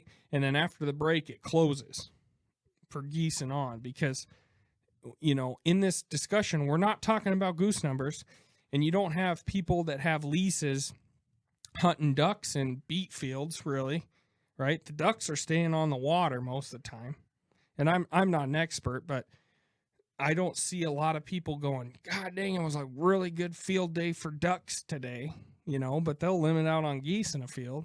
Sure. So why not open that to the public and see if the duck numbers change that much? Because we hunt ducks on the river, and there's ducks there every day. Every day. But to kind of what you've told us, I don't know if they're the same ducks. Mm-hmm. Could be different ducks. Mm-hmm. So if everybody's hunting it, is it the duck's just going to move on? But you could do a 5-year study, open it up for the first 3 weeks and go, yeah, there's like no ducks here anymore. We should probably close it. Well, and that's part of the problem, right? Is a couple things. One, you've got the biologists' surveys, and the biologist goes out and they literally count birds. They're surveyed. Just like my survey. Yeah. Except his name says wildlife manager. Yep. And mine does not. And so, but what we're seeing is the exact same things. And how they count, I think we all count on the same scale. I mean, we can estimate roughly what we've got here, and you can do, photos and count and say, okay, this many square miles and this many. I mean, you can figure it out. But there's a big disconnect between what the state biologists and the wildlife management and the guys who are actually out there 70, 80, 90, 100 days. Those guys, a lot of times, they think we're idiots. And sometimes I don't, but sometimes other guides think that the biologists are idiots. I actually agree with the guy. I agree with him. I don't think there's any reason bird number-wise that the thing should close. Should just if those birds are going to come through. So it's not like if you open it up, the geese die off. We gotta close to low, it. and we gotta close it. The geese just go, well, we're not going to land there anymore. So there's still 3,000 geese. They're just not stopping They're in that Wyoming. area. I actually think you could close that refuge and get higher counts than 300,000. Really? Because I think your hunting success would go down. I think it's possible. I'm not saying that this is what I believe. Interesting. I'm saying that your harvest they're numbers... not stopping there. You're not getting all that hunting there. If they're flying straight through... Look out freeze out. It's on the western side of the state. Yeah. Hundreds of thousands of snow geese, and no one's allowed to go over there and just rip on them, right? And their numbers they got good numbers. I don't know what the numbers are, but the numbers are high. High. I think it's possible that you open this thing up and the numbers actually climb. My more concern is how good is the hunting for Jared and Garrett and for Jeremy and for 10 other people what's your success level and what's your satisfaction level, and how do you keep the pressure separated? And here's the other thing that we haven't even talked about. I don't know a darn thing about what it's like down in Forsyth because I don't even go down there. So it's an 87-mile stretch that gets way, way, way down, more toward the eastern half of the state. I don't even know what's going on. He talked about the county line. My guess is he's talking about the Forsyth County line, not the Bighorn County line. Yeah. So there's just so much that could be studied that has never been studied. And so it's just a bunch of people throwing out their opinions. Mm-hmm. That's what I think happened at the commission meeting. Yeah. That's the end result of the whole thing is I think the commissioners went, holy shit, none of us know anything. Yeah. Yeah. None of us know a damn thing. But the majority of people said keep it close, so let's keep it close. I think they just said let's not try to fix a problem when there isn't a problem. Everyone says we got pretty good hunting, we got pretty good access, everything seems fine. Let's not blow this whole thing up when none of us really know what's going to happen. And maybe in the meantime, we can put together some kind of studies to find out what does pressure do and what does the weather do, what has the weather done, and what would opening it look like, and what are the duck numbers versus the goose numbers. And there's just so many things that could be studied and researched before they make a decision that could impact generations of. Right. Yeah. And so I guess my answer to you is that I think the commission made the right decision, but I don't know that it was like the most educated decision. I think they just made the safe decision that that's what I think. I don't disagree there. I don't disagree at all. And to be honest, I'm not like an avid goose hunter either. I think you've gotten the geese pretty good where they're coming in. And it's always like, we make you wear a 2-size small Tyvek suit and then hide from the rancher because you're embarrassing. There was one time they made me fucking not. They're like, oh, rancher's coming. Jared, just stay fucking hidden. Not because I wasn't supposed to be there, just because I look like a goof. I didn't have snow camo. I had a fucking 2 sizes too small Tyvek suit. I look like the Michelin Man. Yeah, and never gotten to geese. I mean, I've shot geese, but I've never had it where it's like they're landing in your field or they want to be in your decoys. I'll help you with that. Yeah? Yeah, happy to. I mean, I'm pretty good at skyballing geese. I'm getting really, even last year we were hunting and I skyballed a goose and he was way the fuck up there. You caught it on, or my dog caught it on video. A GoPro. Yeah. The GoPro. It was pretty cool. Wait a minute. You have a video camera on your dog? Sometimes. That's awesome. It's kind of makes you sick because it bounces around and, if you get motion sick, it's hard to watch. But he was sitting next to me, so the camera was still. And when he's sitting, it's pointing up. And there was these geese flying way high. Way high. We were on the river. And I led him about 4 geese. There was 3 of them. And I led that first one about 4 geese and shot in the back one. Right? I mean, they were way the fuck up there. And it just came. It was like, you could almost hear it whistling. Whack. And it bounced, 5 or 6 feet, that first bounce. But I would like to know what it's like to shoot ducks and geese coming into your fucking decoys. Because, I'm even used to shooting whistlers flying by, and them are fast as fuck. They're fun to hunt. They are. I don't know if I hunt them. I just kind of ambush them, fucking zipping by. But. So kind of tying back to your outfitting business and specialize in ducks, that's what you enjoy, right, is the over decoys. You don't jump shoot at all. We don't. Very rarely. Every once in a while, we'll jump shoot a Drake wood duck. Wood ducks don't typically decoy well here where we're at, and you'll have somebody who says, man, I've never killed a wood duck. I really would like to shoot one beautiful Drake.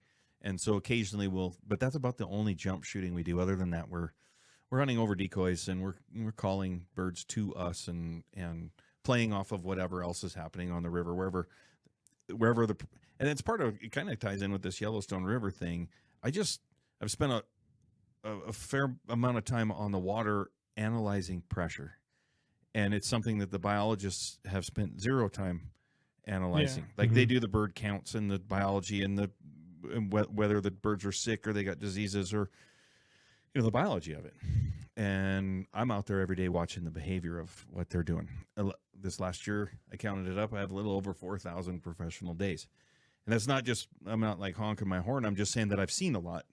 And so I see things that happen out there pretty regular. So I go, okay, there I got boats here, this boat, that boat, this boat. And I even know who that guy is, and I know kind of where he likes to hunt. and I know where that guy, I know his name, and I know where he kind of likes to hunt. And you see some of the same locals, and you see some of the same 6 plates that come in here. And I hide myself in where I know that the birds go.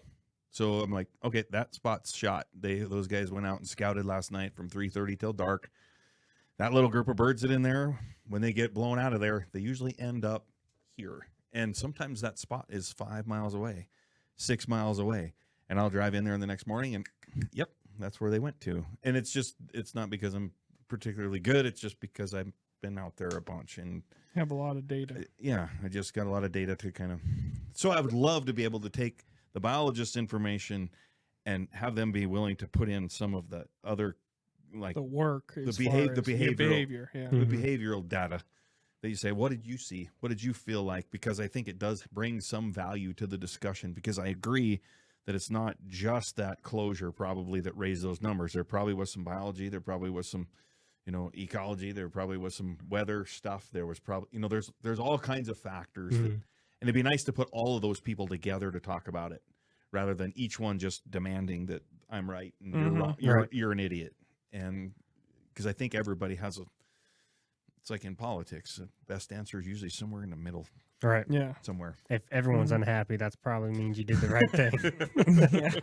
Yeah. So I did set up a Facebook poll in the Montana Waterfowl group. And because on that group, there's a pretty big precedence. It's like fuck FWP and fuck guides. Like people hate them. So I would say I'd probably fall in that group. So I set up a poll, and it was, I am a guide, I am not a guide. And then the different answer was, I am a guide and I am in favor, I am not a guide, and I am not in favor. So it basically determined if you were a guide or an outfitter, and whether you opposed or were for the Yellowstone River closure. So of that, total opposed was about 48%. How many sampled?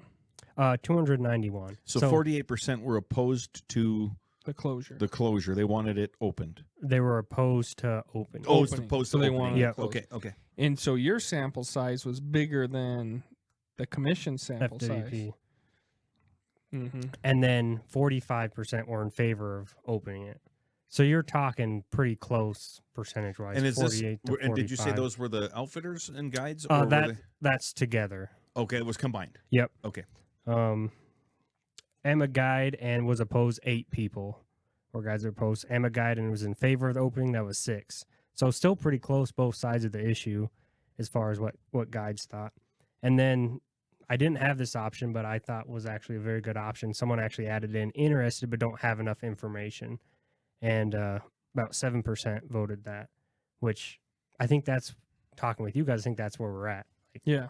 there's a lot of possibilities, but until we have more data, And it's how hard do to you make get that data?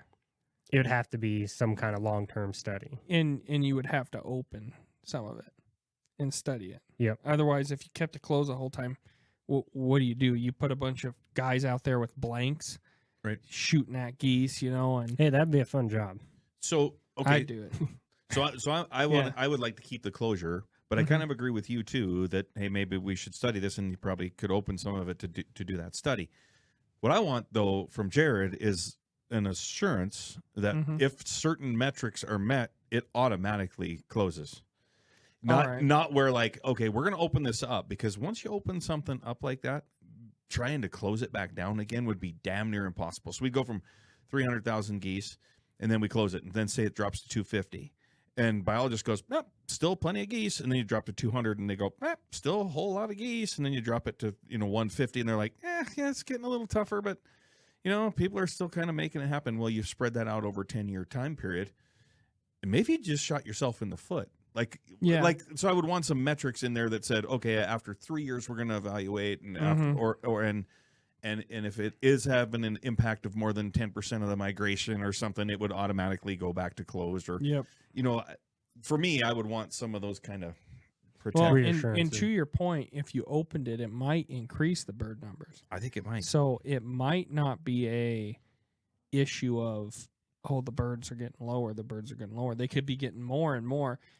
And the birds raising or lowering might not be the controlling issue. It would be hunter success. Sure. So, right? So maybe you would monitor that more. Sure. We opened this chunk and we shot 100,000 less birds this year.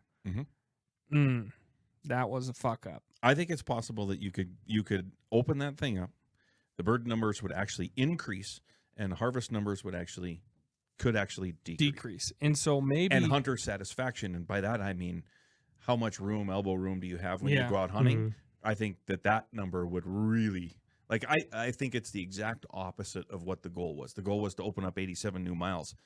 I think it'll just congregate birds further south. And then it's going to congregate the hunters there too. They'll follow the birds. So I think your satisfaction levels would also go. So that also would be go down. 3 metrics to look at. Would be bird harvest numbers. Yep. Birds in total. Yep. Right. Yep. If we're not doing enough population control, if the numbers are growing or if the numbers are sinking, and then hunter satisfaction. Yep. And if all of those are positive, leave it open. Yeah, well, and you could add a fourth. You could have a fourth in there too. Landowner opinion. Yeah. Also. Yep. So you could. I guess I think it's easy for the state. No offense to the state employee. Who's that guy? Where's he at? Guy running the soundboard over there. Thanks, Bill. I think it's easy for the state to just They just set down on the biology and just say that's what it is, and it's the science. Well, there's also social sciences in there that are really important. And Does this guy have a psychology degree from Missoula? 2 of them. No, I agree. Yeah, I don't think you can do it on just one metric. I No. think you'd have to study all of it, and if they opened it, it'd be fine. And I'd go down there and I'd shoot ducks in October and November, and then the geese would probably do what they normally do for the rest of December and January, and we would see what happened. And maybe nothing would happen. Maybe nothing would happen at all. It's possible, but I just think that people will push those boundaries, and it's not from a boat. I think people will push all those boundaries of icebergs and whatever, and they'll be like, oh, Steve's got a place down there. We can get down on the river, and they'll go down there and jump shoot and scare geese off and, chase things around. And it's a small enough area that would affect the other rivers that I'm more interested in. It's close. It's really close by there. Yeah.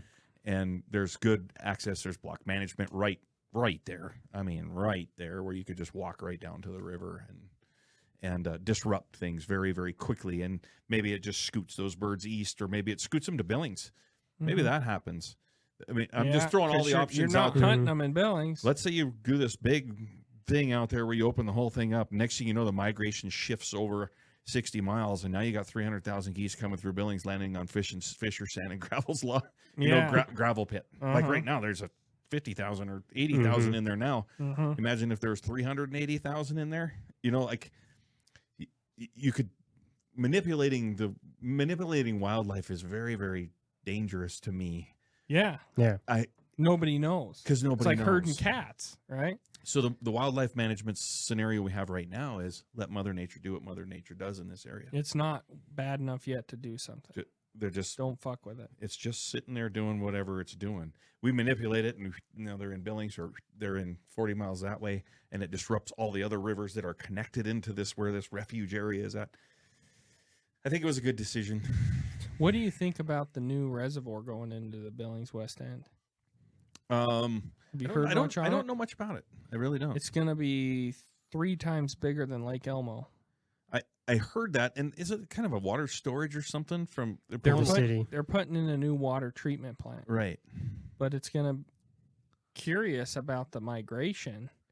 What's a big reservoir in the west end of Billings going to do? Yeah. When those waterfowl are coming through. It's a pretty good example of what happens when you have pressure, right? So have you hunted waterfowl near Billings at all? Not terribly close. No, I don't think so. Well, there's a whole boatload of birds that roost on Fisher Sand and Gravel, and you know how many people hunt Fisher Sand and Gravel? 0. Right. Yeah. So if we have this giant water treatment plant 3 times the size of Lake Elmo, I need to buy the cornfield next to the fucking reservoir. I mean, just going back to Jeremy, I'm like, again, I'm weird, but my belief is it's refuge to refuge. We're gonna what they're essentially gonna do is create this refuge that till it freezes. Correct. Till it freezes. You know? Yep, exactly right. Interesting. Sometimes you can have, if you have enough waterfowl on a piece of water, they'll keep It'll it keep open. it open. Their movement and their warmth. You got a pin for that spot? Yeah. You want to drop that? Fisher sanding ground. Well, that's good. So there's no debate. The issue in the state is getting higher and higher. You see it where you hunt. What's the answer to that? Because if in your mind opening a refuge is just going to congregate pressure more. Closing the refuge would congregate. I think it could congregate more people at the fewer refuges we have, the more busy those refuges are going to be. Mm-hmm. Right. So if you only have one mall in town, all the people go to one mall. If you have 4 malls, well, now 2 or 3 of them malls might close. right. It's just the way it is. But pressure's increasing in the state. I mean, we're getting Regardless. more people moving here. Sure. So that friction between public access and huntability and hunt success is just going to get harder and harder. So what do you think the answer is? You think FWP should put in limits as far as, okay, at 2 o'clock on the river, everyone's off? Or you think, because a lot of states, can't remember off the top of my head which one it was, but you were allowed like 25 box of shells. That was it on wherever they were hunting. So should Montana eventually have to go to that?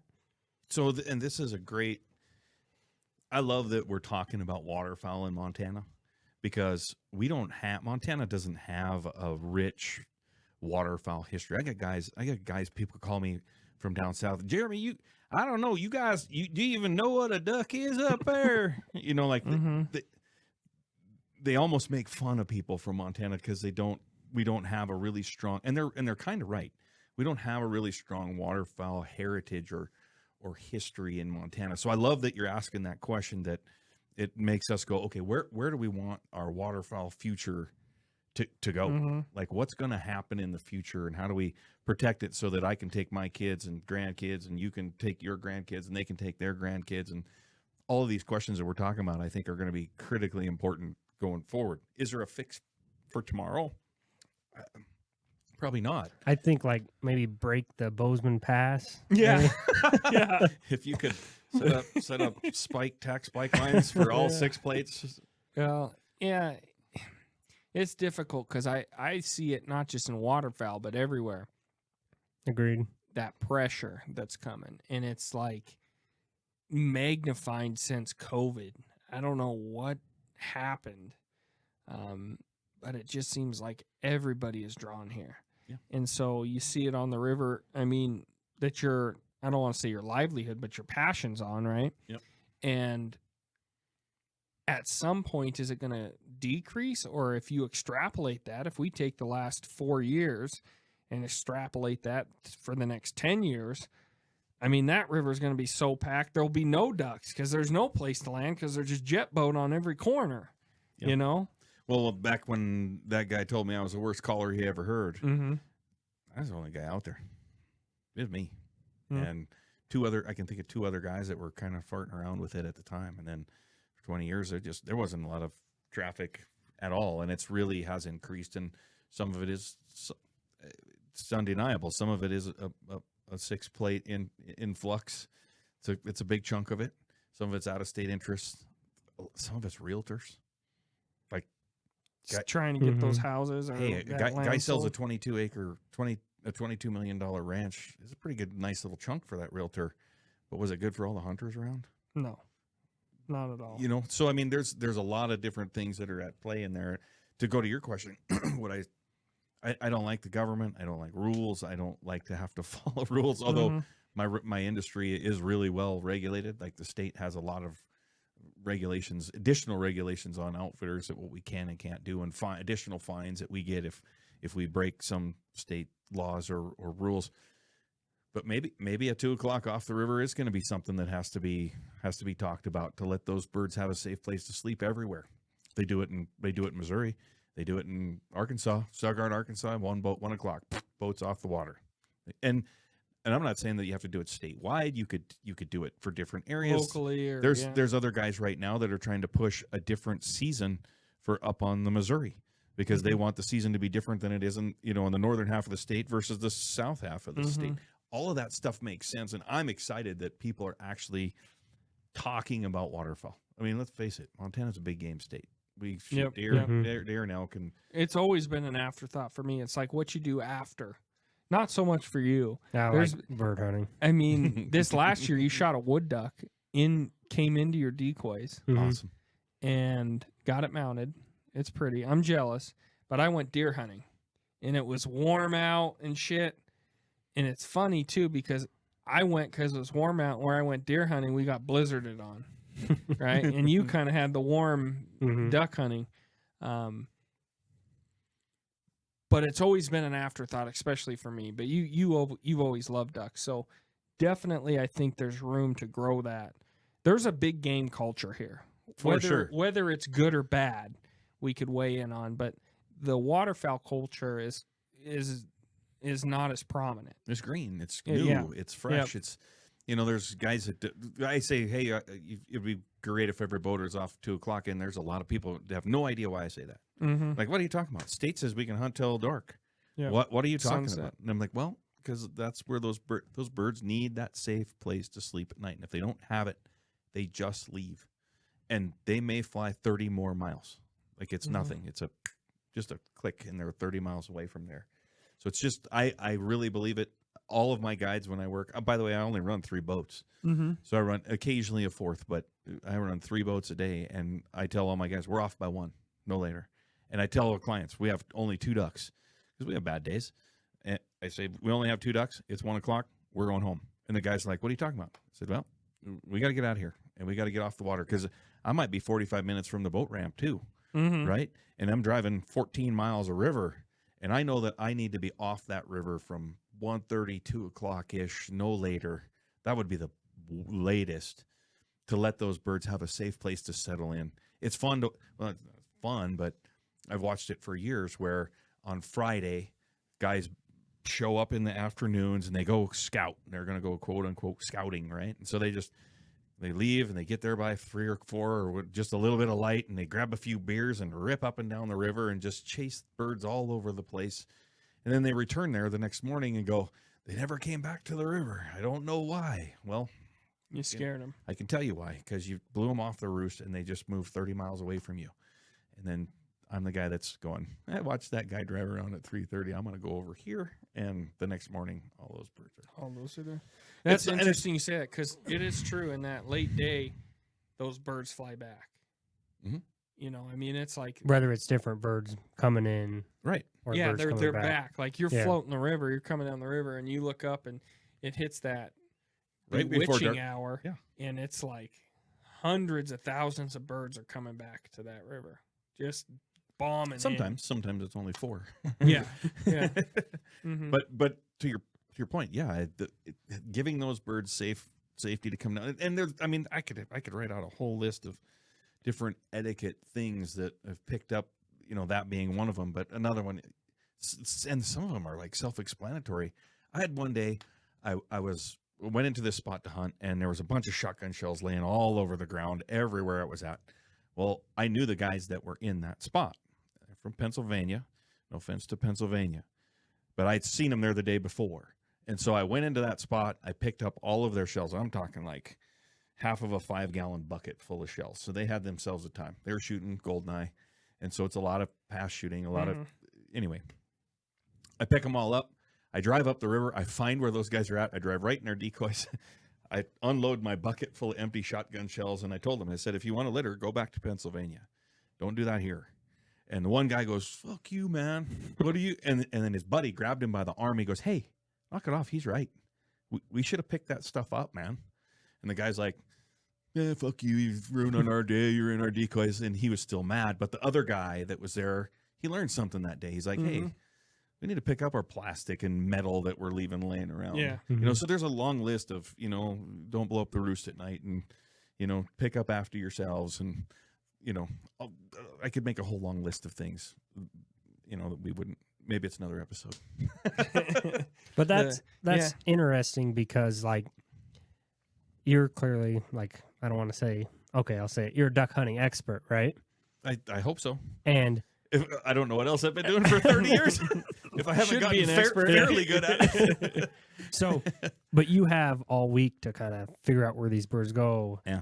The average guy on the weekend has 2 days, and there's a shit ton of pressure. Yep. And so it's like, I have 2 days. I'm going to hunt sun up to sundown Yep. because I'm so limited. I know So that, we do. Yeah. So that Yep. screws up. And we jump shoot, which is, Yep. you know, that screws up hunting the next day, but so does everyone else. It's like tragedy of the commons because everyone's doing it, right? It's just a mad rush over the weekend. Honest to God, if I had the whole week, yeah, I'd be like, Yep. let's set decoys and get, but Yep. I don't have that. So when people call and they say, Jeremy, and clients ask all the time, when's the best time to come? When's the best time when it's going to be good? And I tell them the same answer every single time. Wednesday. That's the best time to come. And it doesn't matter opening weekend or the last weekend of the season. Come on Wednesday. Tuesday or Wednesday. Because Friday it gets kind of jumbled. Saturday there's a bunch of boats everywhere. The birds get really scattered. Sunday it's usually kind of like a morning thing. Like guys hunt mornings and then they're Yep, then they're they're gone. then they're gone. And then by Monday the birds kind of settle back into their normal routine. By Tuesday they're right there. You can pattern them. On Wednesday you can count on them being Wednesday and Tuesday, Wednesday, Thursday. You can kind of count. They're going to be where I think they're going to be. And then Friday, it blows them all up. You know, everything just blows all up again. So it's the advantage of being able to go through 7 days a week. So I understand the weekend hunters. I understand what they're doing. And the other part is it's really hard for them to get out to scout. So the weekend hunter ends up being kind of a spot guy, which what we call spot hunters, where they just, I've got this spot. We did good in there last time. We're going to go back to that spot. Hopefully the birds are in there. Right. And where I do it a little bit differently, I have a whole bunch of spots. And I go, oh, I put that in the memory bank, put that in the memory bank, put that in the memory bank. Oh, there's a little bit of pressure over here. Oh, 2 boats going in down there. They put in late. These guys are going early. These guys slept at the boat ramp last night. That's been happening the last year or two. So you just put it all into the data bank and you go, okay, where I'm going to try to make the best decision that I can possibly make. And sometimes we do great. And I mean, honestly, sometimes we don't, but it's just part of the game. But I got 7 days to play it. And the general public only has, 2 mornings to try to play it. So I get it. I understand. And so I don't get mad and I don't yell at people on the weekends when they're, hunting till dark. I just kind of wave and, try to make my decisions based off of what I'm seeing. And they don't know, like a lot of guys don't know. They don't know that, man, I just blew up 14 miles of river running my jet boat here at 4:30. And instead of those birds, say those birds are moving south, right? And there's a jet boat underneath them. They just go, okay, we're just going to keep on. So they might have settled in that area, but because there's 3 jet boats running around underneath them, they just keep on flying. But as far as establishing a waterfowl culture, there's going to be a disconnect between the guy that can hunt 7 days and the weekend warrior. Sure. So that will be hard to. Yep. And then why does it matter if they're running at 4:30 in the afternoon? Because in the morning, if you want to run up to that spot, aren't they jumping anyways? Yeah. So, and a lot of people will say that. They'll say, doesn't matter. You kick them off in the morning. Some people even get fired up because they say, oh, you kick them off in the dark and, that affects them. And it, in my experience, when you kick them off in the morning, they fly out to find some place to feed wherever they're eating for that day. And they were going to fly out to go feed somewhere anyway. Yeah. Like whether they waited till sunrise and then just slipped out into those fields like you were talking, you're waiting for the fly off. Whether they come off natural or whether they come off that jet boat, they go out and they feed. But at night, they come back to find some place to sleep on that water. And what happens more often than not is you kick them off the water in the morning, they'll go out, they find something to eat, and they go, ooh, it's too cold, or it's too hot, or it's too whatever, or I'm full, or whatever happens to them. And they'll come right back to that safe place that they had slept the night before. Then maybe the next day they'll stay, and they'll stay, and they'll stay. And if they don't get pressured, they might just stay there for a full week. But if they get a whole bunch of pressure, constant, nonstop, they just keep moving. I had a bird, and it's a weird one because it was a completely white mallard that I saw with my partner Mac, and we saw it on a spot on the river, and it's like, oh, look at that, it's all white. It's a completely white leucistic mallard. And then all of a sudden we went back to get it the next day, couldn't find it. And then we found it again 3 days later, and it's 40 miles away from there. And, it's just one of those birds that you go, look at, there it is. There's that white bird. and it's 40 miles away in 2 days or whatever it was. If you would have got it, would you have mounted it? I think he did. Mac, Oh, did he get it? Mac shot it. Yeah. Oh, man. Nice. Yeah, Mac got it. Yeah. Yeah. So Did you jump shoot that one? No. Called him in, Yeah. huh? and pure luck, I think, as far as I wasn't with him when he killed it. So I just when we saw it the first time. But you see that too in geese. Like you watch a field and you go, oh, there's 4 snows. There's 4 snow goose in that group of birds. And so you can, if you're out there 7 days, you can go, okay, that group of geese is in this field. And then the next day they're in that field. And then the next day they're in, 4 miles away.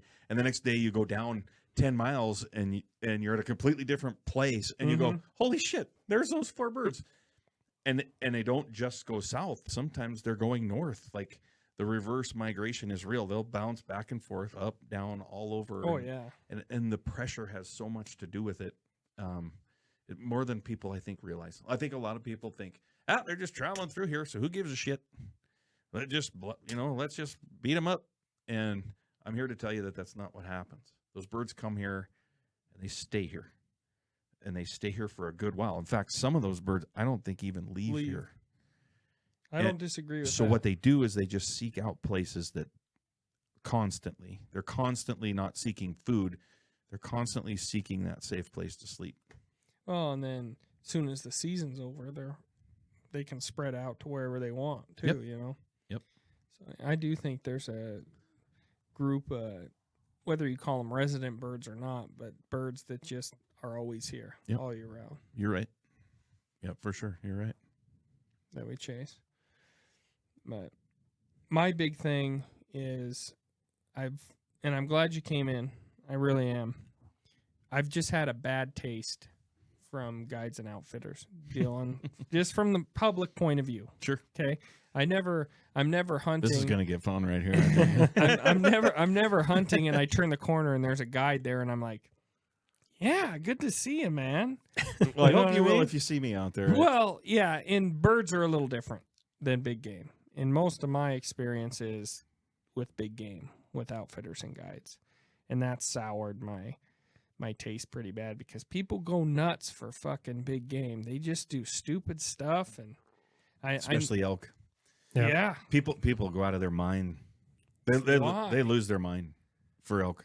And I'm a birds and fish guy. Like when I first started outfitting, I was like, oh, I've shot deer and I like eating deer and elk and antelope and all that.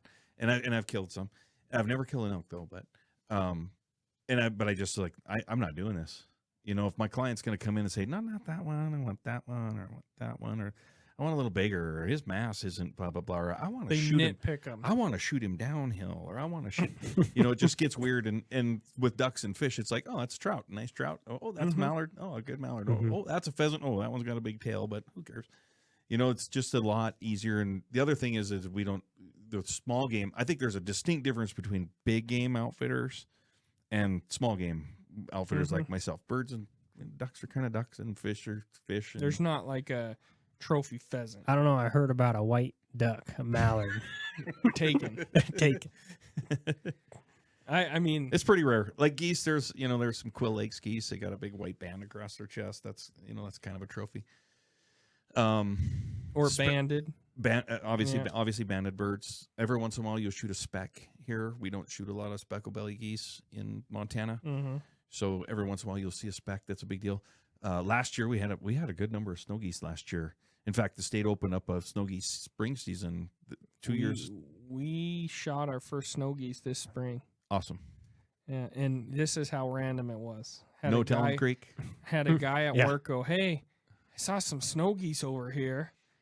They were just landing in this field. And I'm like, do you want to go? And he's like, yeah, well, he canceled. And I said, well, you told me where this is at. Do you mind if I go without you? Take my brother? No, I don't give a shit. Go. So we went out and pitch black, way before light, and we just laid in the field. No blind, no nothing, just on our backs with our dogs next to us. That's awesome. I mean, there's nothing around us, right? And Garrett's like, what the fuck are we doing out here? And I'm like, if it works, it's going to be genius. If it doesn't, we wasted our time. It's getting light, nothing. It's pretty light out. And all of a sudden, Garrett's like, there's geese on the horizon. You see a V. And we're like, are they Canadians? I don't know, but they're coming this way. And sure enough, they flew right over the top of us, and we each got one. Oh, that's awesome. I mean, it just was like the most random, you know what I mean? Just, yeah. You could never plan on No. that. We just were like, fuck it, we'll try it. So we did get our first snow geese this year. Good for you guys. But Snows are fun. Snows are really fun. I've never hunted specifically snow geese until Till that. Yeah. And it was just kind of like a shit show. Like, we hope they fly right here. Yeah, that was like the definition of spot hunting. Hey, I saw some snow geese in this field. Well, fuck, I'll go sit in there. I'll try it in the morning. Last year or the year before, we're sitting in a blind with some clients, and a single bird, it's coming straight at us up the river, and we're sitting in a blind, and a nice blind, and we can't see the bird because it's weather's a little bit like foggy, kind of foggy looking, and the bird's coming straight at us, but it is right on the deck. I'm talking like no higher than your laptop off the water. It's coming, it's coming, it's coming, and one of the guys is like, "Should we kill it? Should we kill it?" And I couldn't tell what it was. I was like, and Mac, my partner, he's in the blind, and Mac's like, neither one of us, like, we couldn't identify the duck. And it gets close, and I was like, fuck it, kill it. And 4 guns or 5 guns, we had a good sized group in that blind or whatever. Bah, bah, bah, bah, bah. And the first shot killed it, and the guy shot it. So the dog goes out and picks up this bird, and we get it in the blind, and we're like, what the hell is this thing? Everyone, there's like 7 of us in there, and we're just Googling shit to find out. And we had shot a surf scoter. So a white wing scoter that normally would come down the Pacific coast out in the saltwater. You know, that thing is 900 miles out of its way.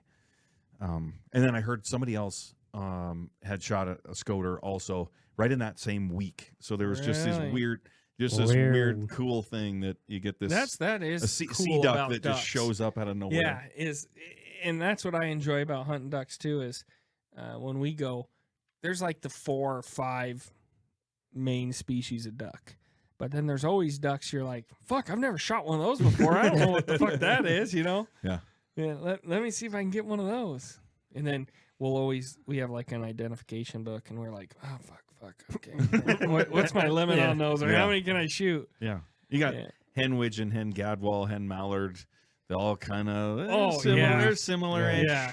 And how are you going to tell if they're coming in, they're swinging in? Like we had a experience with Fish and Game this last year where they pulled us over and check all of our tags and do their job, and they tried to get us for a duck we had and told us it was some duck that we could only have 2 of or something like that. And I think we were close to, we might have just had 1, we might have had 2, but after we got home, we started looking it up, and it was not that duck. Don't take those wardens.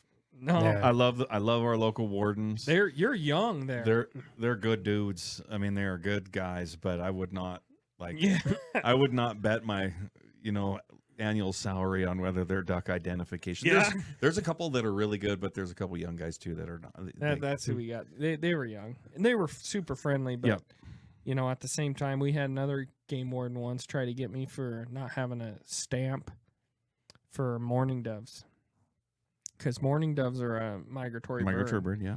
But you don't need a stamp for them. Speaking of stamps, that's a good transition there. Well done. I ordered my stamp. Oh, by the way, on your whole, I got checked 5 times this season. Did you really? They're like, oh, it's Jeremy. Let's check him. Yeah, it's Jeremy. Let's check him. And what are they checking? Are they checking 5 times. like your licenses? Sorry, I didn't mean to interrupt. No, that's fine. You had a great transition in that. I just shit on it. You did shit on it. But we'll recover. They're checking our licenses and boat stuff. Do I have all of my stuff in the boat? Life jackets and fire extinguisher and check your all plug, check your shell. Which is one I don't understand. I don't understand the plug thing. I got a limit on how many birds I can shoot. Like, who gives a fuck how many times I shot?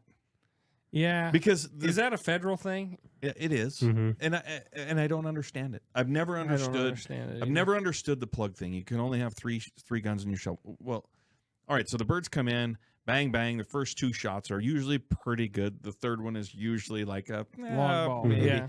So when you add the 4th or the 5th, what good are the 4th or the 5th? And then on top of that, I already got I can only shoot 5 mallards. So, so I can only shoot 5 mallards. So they already got me limited on how much killing I can do. What difference does it make if I shoot all 5 of them in one flight of birds, or whether I shoot those 5 times over the course? I've never understood the plug thing. I don't. Anyway, sorry to interrupt. No. I think that's a good thing to mention is getting stopped by those game wardens, because I'm glad they're out there. Me too. Because I've seen a lot of stuff that shouldn't be happening. Me too. And to be honest, I don't really want to approach some guys with a bunch of shotguns and, tell them, hey, you guys are not doing the right fucking thing right now. So I game wardens are like, you never appreciate seeing them when they're coming after you, but I like seeing them when they've got somebody else stopped. I'm like, fuck yeah. Especially if it's a guide. Yeah, Right. them fucking guides. 5 times more than you. 4 times more. Yeah, but How many hunting how many days? hunting days? Quite a few. Right? So maybe my percentage for game wardens versus hunts is probably I get checked more than you per hunting day. Yeah, maybe. You got Maybe. checked 5 times, but you hunted 20 times more than me. Yeah, maybe. Right. But back to my stamp, because you ruined my transition. This Sorry. is the stamp I got. I know, Okay? it's ridiculous. I And got the same one. It said migratory stamp, so I bought it. And can you tell me a little bit about this giant stamp, Garrett? It's quite large. It's quite large. I thought this was my waterfowl stamp, my federal stamp. So, I'll grab this.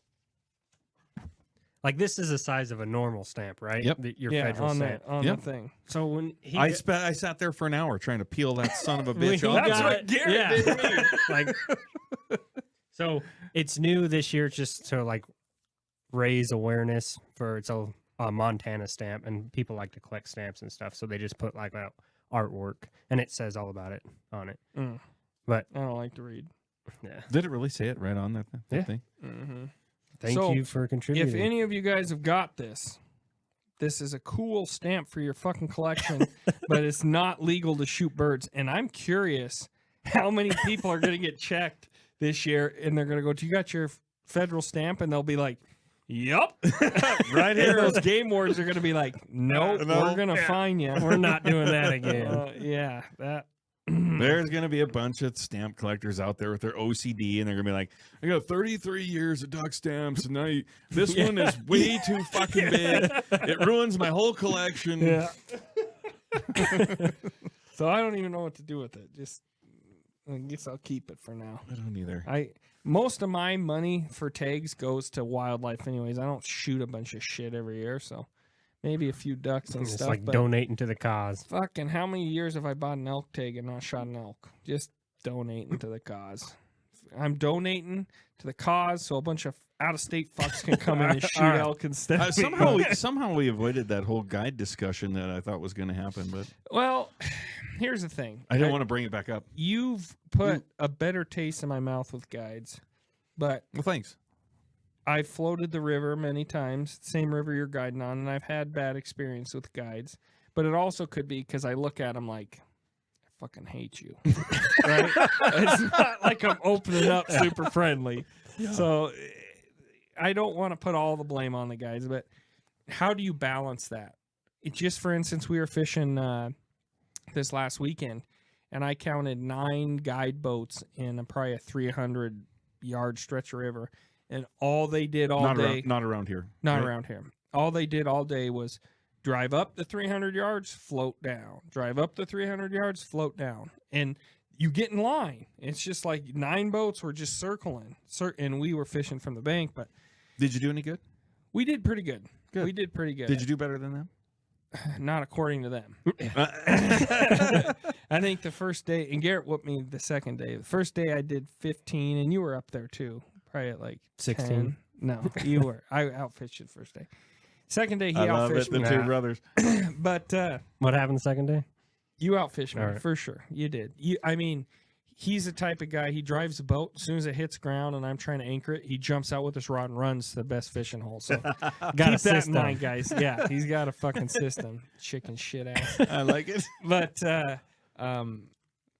I talked to one of these guides, and I go, and keep in mind, this guide all day drives by me, floats past me, drives by me, and it's only 300 yards. So I'm like, I watch him the whole time, right? Because I'm also, if they're catching fish, I'm trying to see what he's got underneath, right? I'm like, fuck, they're hooking up. What are they fishing with? And he comes by me, and they probably did around the same numbers as me, I would guess, maybe a little more, because the guy does fish it every day. But they float by the next day, and I go, hey, how's it going? And he's kind of an old gruff guy. Good. And I go, how'd you do yesterday? And his client just kind of looks at me and does one of the like, well, yeah, kind of good. And the guy goes, probably 50 or 60 fish. And I'm like, there's no fucking way. I counted all of your fish yesterday, and not that I remember the number, but it wasn't fucking 50 to 60 fish.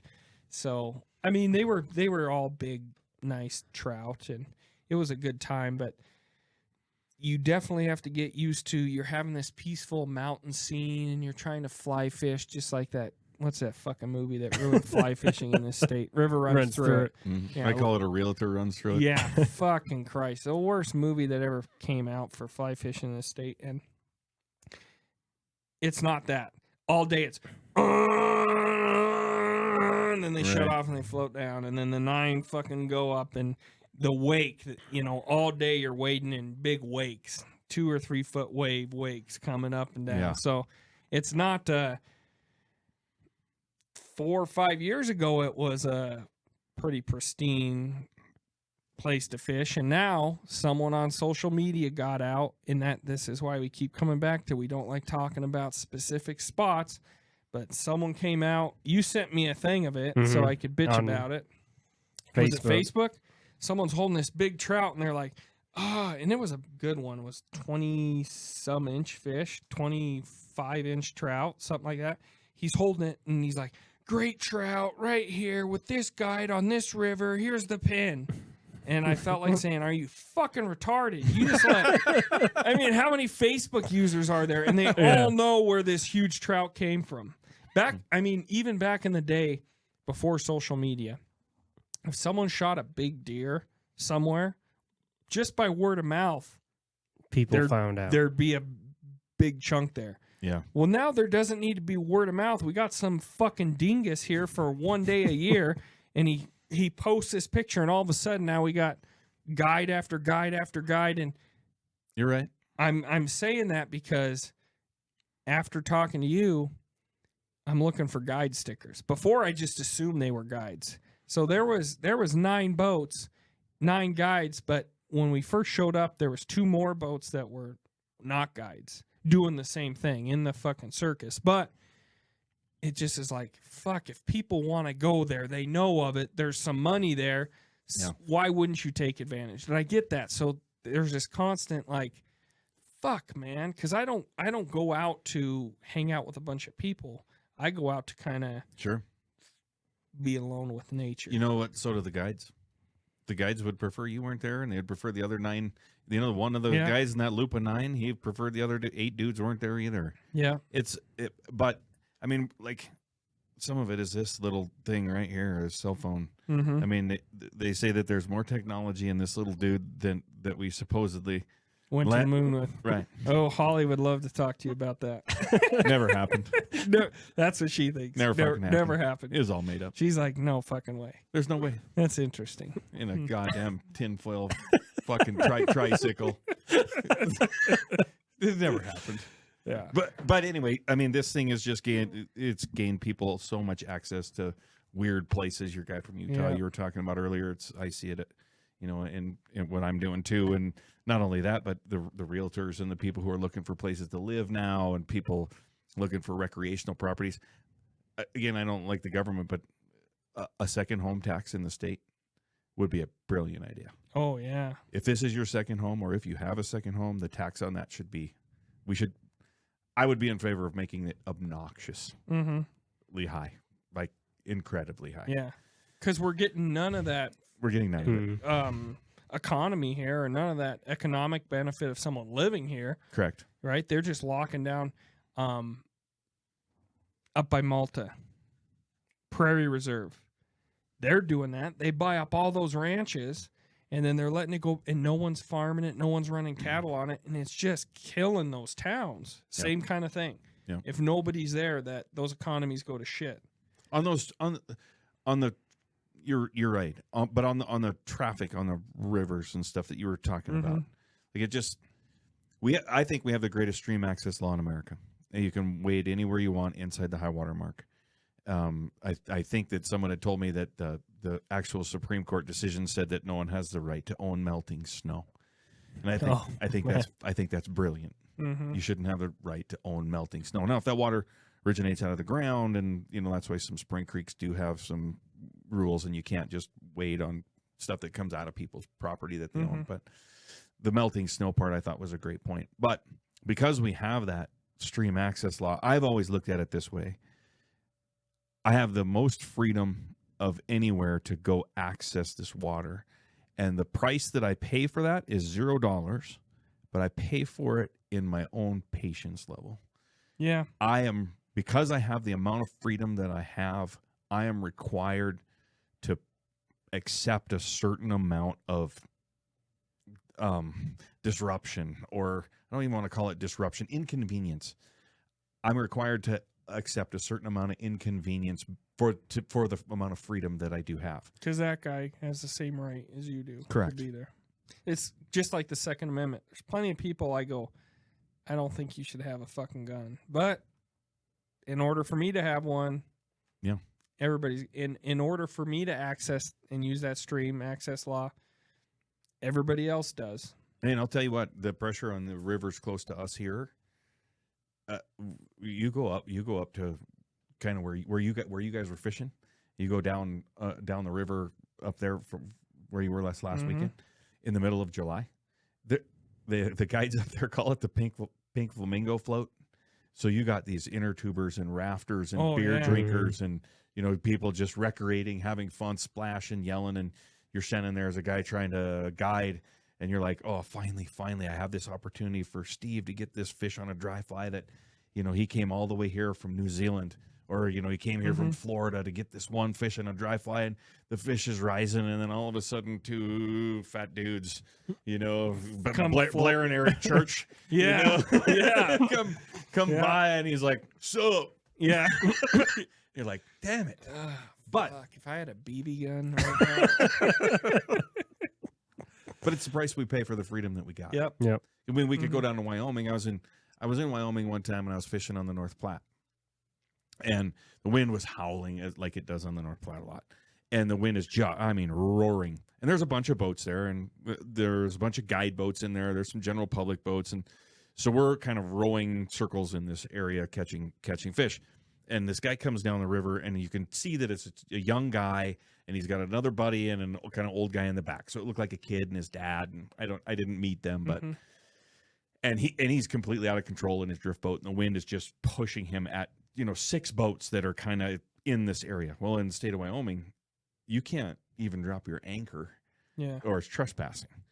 You have to keep in your boat. You can't wade. You can't get out in the water unless it's a public area of the river. So the whole river isn't like open like it is here. So this kid, he's gonna smash into 2 or 3 of these other boats. And I'm looking up, watching him, and he goes and he steps on his anchor and drops his anchor, and his boat kind of whips in the current and the wind, and he just misses like hitting these other boats, right? So he safely avoided this big collision of boats or whatever.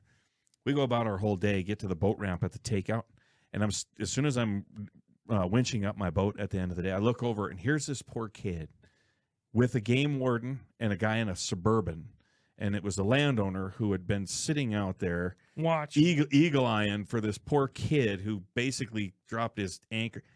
I walked up to the kid. I said, hey, man, did those guys give you a ticket for that? And he goes, yep. And he held up his little pink slip or whatever it was, and he had got a ticket for trespassing for dropping his anchor on that guy. And I could hear the landowner who was there. He's like, every goddamn day, there's some asshole dropping their anchor on my property. And like, what? What does it matter? And it's just like, okay. Is that greed? What is that driven it? Because it's no skin off his back. No, none. He's not like breeding some special algae on the sculpin, right? I mean, that's... I just don't want us to ever get there. I don't want to ever have us get to that. I agree. And that's our struggle with this podcast. So it helps me put up with that weird guy that's in my way, or the Because flamingo float, or when you go up on the upper Yellowstone and some guy's ripping around on his jet ski and you're like, God, really? Dude, I'm trying to fish caddis here, and you're like, you got the sea-doo out, you got your girl on the back, and I go, we're free to do this, and smile that we're free to do this, and then we're not getting tickets for dropping our anchor so we don't smash into other people. Anyway, it's ridiculous. Yeah, but to keep us from getting to that point, the idea of this podcast too was kind of to fight fire with fire. We had a good comment the other day. One of our posts, it was like, oh, that's all we need, another fucking wannabe hunter influencer, right? And I think you said back, like, maybe you should listen to our podcast before you speak or something, you know? Well, I said I don't disagree with you, but check out the podcast before you speak. Open your mouth, good because for you. we are very much about we want to spread awareness of these things that are coming down the pipeline. Like, they tried to overturn that stream access last year. Yeah. And if people don't know about it, we need to spread the word. But what we don't want to spread the word about is where a good spot to catch catfish is. Right. You know, or where you go to look for big deer, or, you know, maybe a good chunk of public that's got a lot of pheasants. Because social media, word of mouth spreads so fast on social media, it ruins places. You bet. And that's that constant struggle we're in. But we just kind of figured there's not a lot, and we have our own stakes in the game as well, but I don't think there's a lot of organizations that are necessarily from where we're coming from. There's organizations out there that some things we agree on, some things we don't. And so we more wanted to get the conversation going with, we brought a guide in, or an outfitter in. If you told me last year we were going to interview an outfitter, I'd be like, not in my fucking house. You know, like, maybe no out fucking back. way. Yeah.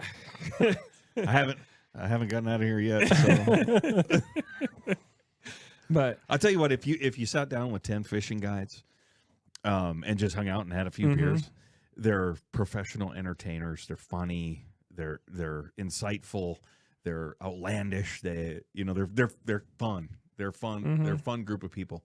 At work, sometimes it can be different. Like, not particularly now, like you said about that guy who was kind of gruff and said, "We got 50." You wouldn't. That's more of like an August comment. A lot of guides used to call it Angry August, because by the time they hit August, the fishing guides, they've all had 120 days of slappy 1 and slappy 2 who they're just can't cast. Right. And it's so frustrating too. Yeah, you're like, hit that ripple. Jesus fucking Christ, dude. Wait on your back cast. Exactly. Right? Yeah, It's piling up. Wait on your back cast. Mend. No, not that way. Mend it. Nope. You two Wrong want a way, job? Jim. You two want a job? You already got the lingo. Well, I feel bad for, like, Scott, who we take, and I'm trying to fucking help. But I don't know how you did our cousin Niall, teaching him, because to me, it's to the point, it's so frustrating after a bit. You're like, oh my God, just let me fucking do it. Hannah here. Okay, here. Now wait. Right? Don't touch it. And Don't then it's touch like, it. bloop, and they're still there, and you're like, set the fucking hook. What the fuck are you doing? I had a couple of old dudes one time. We're fishing, and we got back to the lodge at night, and the one guy goes, "Boy, Ed," it was Ed and Bill or whatever their names were, and he goes, "Boy," Ed was the guy for sure. He goes, "Ed, boy, you were hot today." Bill says to Ed, "You were hot today, man. I mean, you were just like one after another after another. I don't know how you did it. You were on fire." And Ed's like, "Yeah, I was on fire." and I just nodded, and I was like, "Yeah, Ed, you were killing it, man. You did a great job." Well, I was in a spot where we're rowing in circles. People call it roll around or merry-go-round or whatever they call it, right? Mm-hmm. So I would row the boat up, and it was kind of blowing. It was kind of windy that day. And these guys couldn't cast out of the boat. They were the screaming shits. Like they were terrible. And they're 80, so they're just like, everything's slow and sloppy and just a mess, right? So I would row out over above the fish where I thought they were at, and I would say, "Okay, throw it out there." And Ed, the guy who was hot that day, he would get it out of the boat and he would land underneath my left oar. And I'd say, okay, Ed, put your tip in the water. And he looked at me and I said, you heard me, put your tip in the water. So he put his tip in the water. I said, now shake your rod tip. And he would shake it like this. And I'd say, let out some of that line. Yeah. And I would crab walk the boat away from where they're at. And when I got him into the line where I thought the fish were at, I was like, okay, don't touch it. Don't touch it. Just let it go. And we would float through, and then the bobber would go under, and he'd lift with two hands and almost fall out of the boat. I got another one, Jeremy. I am so hot. I'm on fire. Damn it, you're doing good. Keep it up, Ed. You just keep doing it. And he just had, they had a good time, and And that's what it's about. Yeah. yeah. But he had no idea. But as a guide, that's got to get frustrating after a bit. Angry August. Yeah. Angry August. Usually the springtime guys are still pretty happy and Pretty chipper. yeah. I have seen a guide. I've seen a guide punch a guy in the mouth one time. Really? Yeah, guys were fishing spawning. That's an old grumpy guide. And was walked up to a dude and just, hey, you're walking on spawning bed? Fuck you. Really? And next thing you know, they're punching each other. And I there's different guides that do all kinds. I would never do that. Like, I would never even consider it. I might float a little close and go, hey, did you know that those rainbows are trying to spawn in there? And if you walk around in there, every step you're taking is really, Squishing eggs. squishing little eggs and kind of disrupting that spawn. And I've done that before. And guys are like, hey, who are you? Are you the boss of the whole river? But more often than not, guys are like, oh, no, I didn't know that. Thanks, man. Mm-hmm. I appreciate you telling me that. Hey, no problem. Have a good day. But this other guy, his name was Clint. He just watched up and popped that dude right in the face. So you can run across guides that it's just like anyone at work or the general public, anywhere. You're at Walmart and some guys, being an idiot. Well, and guides probably get a bad rap because I've ran into a lot of general public guys. I'm like, fuck that guy. Dude, maybe I just hate people in general. That must be. I remember one time we went elk hunting and we got in there. It's like we were 2 miles in. We're up on this mountain ridge. It's drifted snow about 3 feet deep. We come over the top of this ridge and we look up. We did this hard hike off trail thinking we're going to cut some time off, right? Maybe see some elk. And we just get on top of this ridge and 400 yards in front of us is a fucking guy that beat us in there. And I was so hot. I'm like, 2 fucking miles to get up here, and he's fucking right in front of us. The whole goddamn mountain. And then remember that other time we were hiked in, and it was probably about 2-3 miles. And we sit down. I had scouted this place. There's all this elk tracks. Called it an elk funnel. Fuck, I was so excited to sit there. And I'm like, all these other hunters are going to come up, and the elk will start pushing and moving through the timber. They're going to come right by us, dude. Yeah. We're going to get a shot. And it just gets light, and right behind us. Oh, and I'm like, fuck. Right? So we sat there like, maybe they'll come running. Nothing. Now we'll hike out. And we start hiking out. We get up there, and in the meadow we walked by, in the dark, there's 2 fucking Bosemanites up there, and I know this because I saw their plates. And they shot a 2-point fucking mule deer. Clear up on top of a mountain. 3 miles in on top of a mountain. And I'm like, what the fuck are you doing?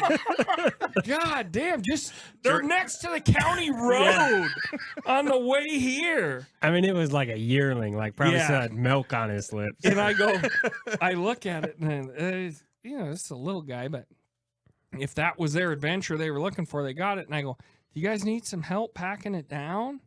No, I think we got it. And I'm like, fuck yeah, you got it. Throw it over your shoulder. Fuck, why are you gutting it? Jesus Christ, throw it in your fanny pack and get the fuck out of here.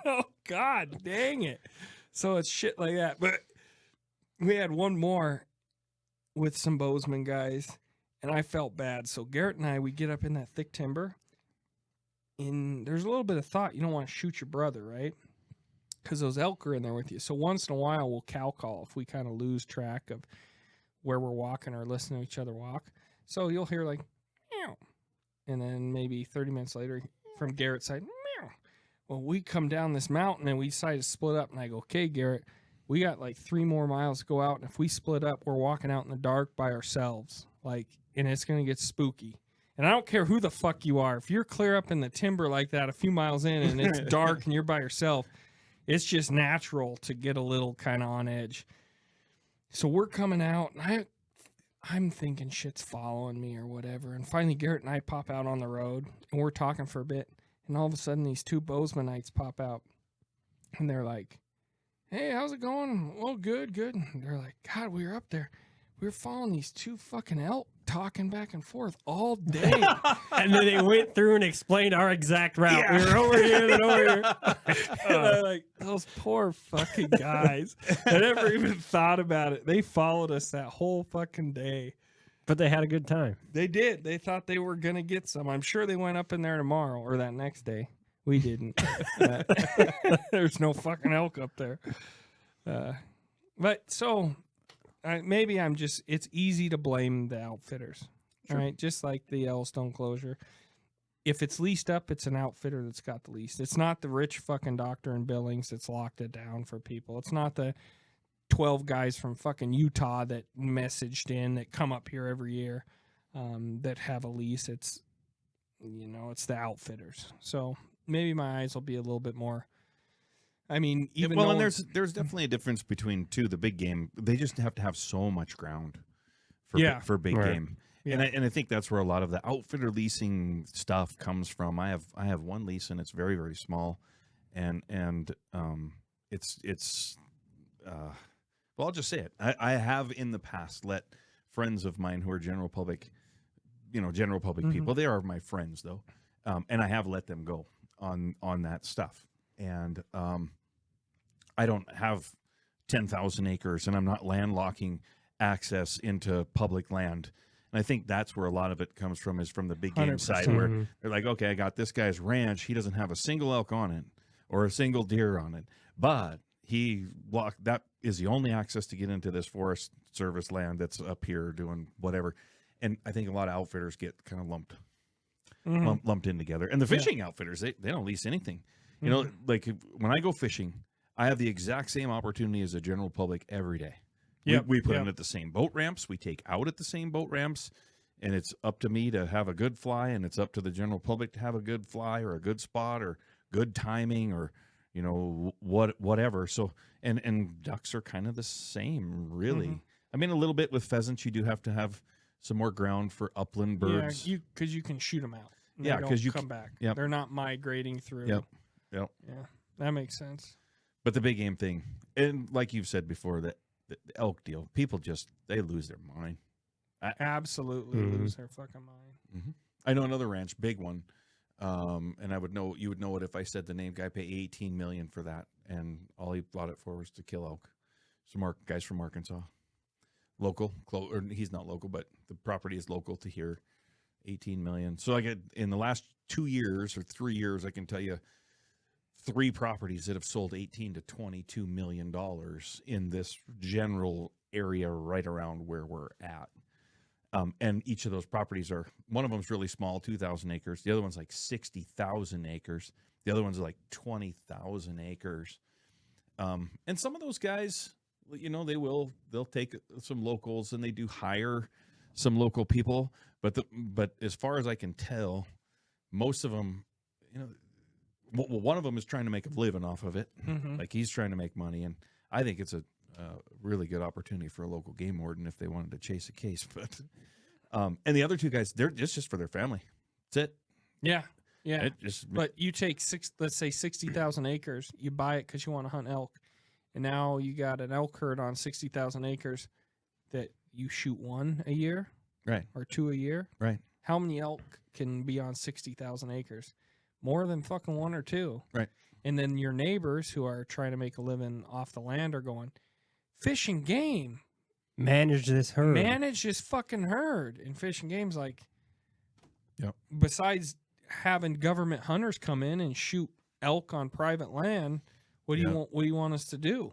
Yep. And that's why I just avoid the big game altogether. Yeah, it's really hard. We go down that rabbit hole. We'll be here till 4 a.m.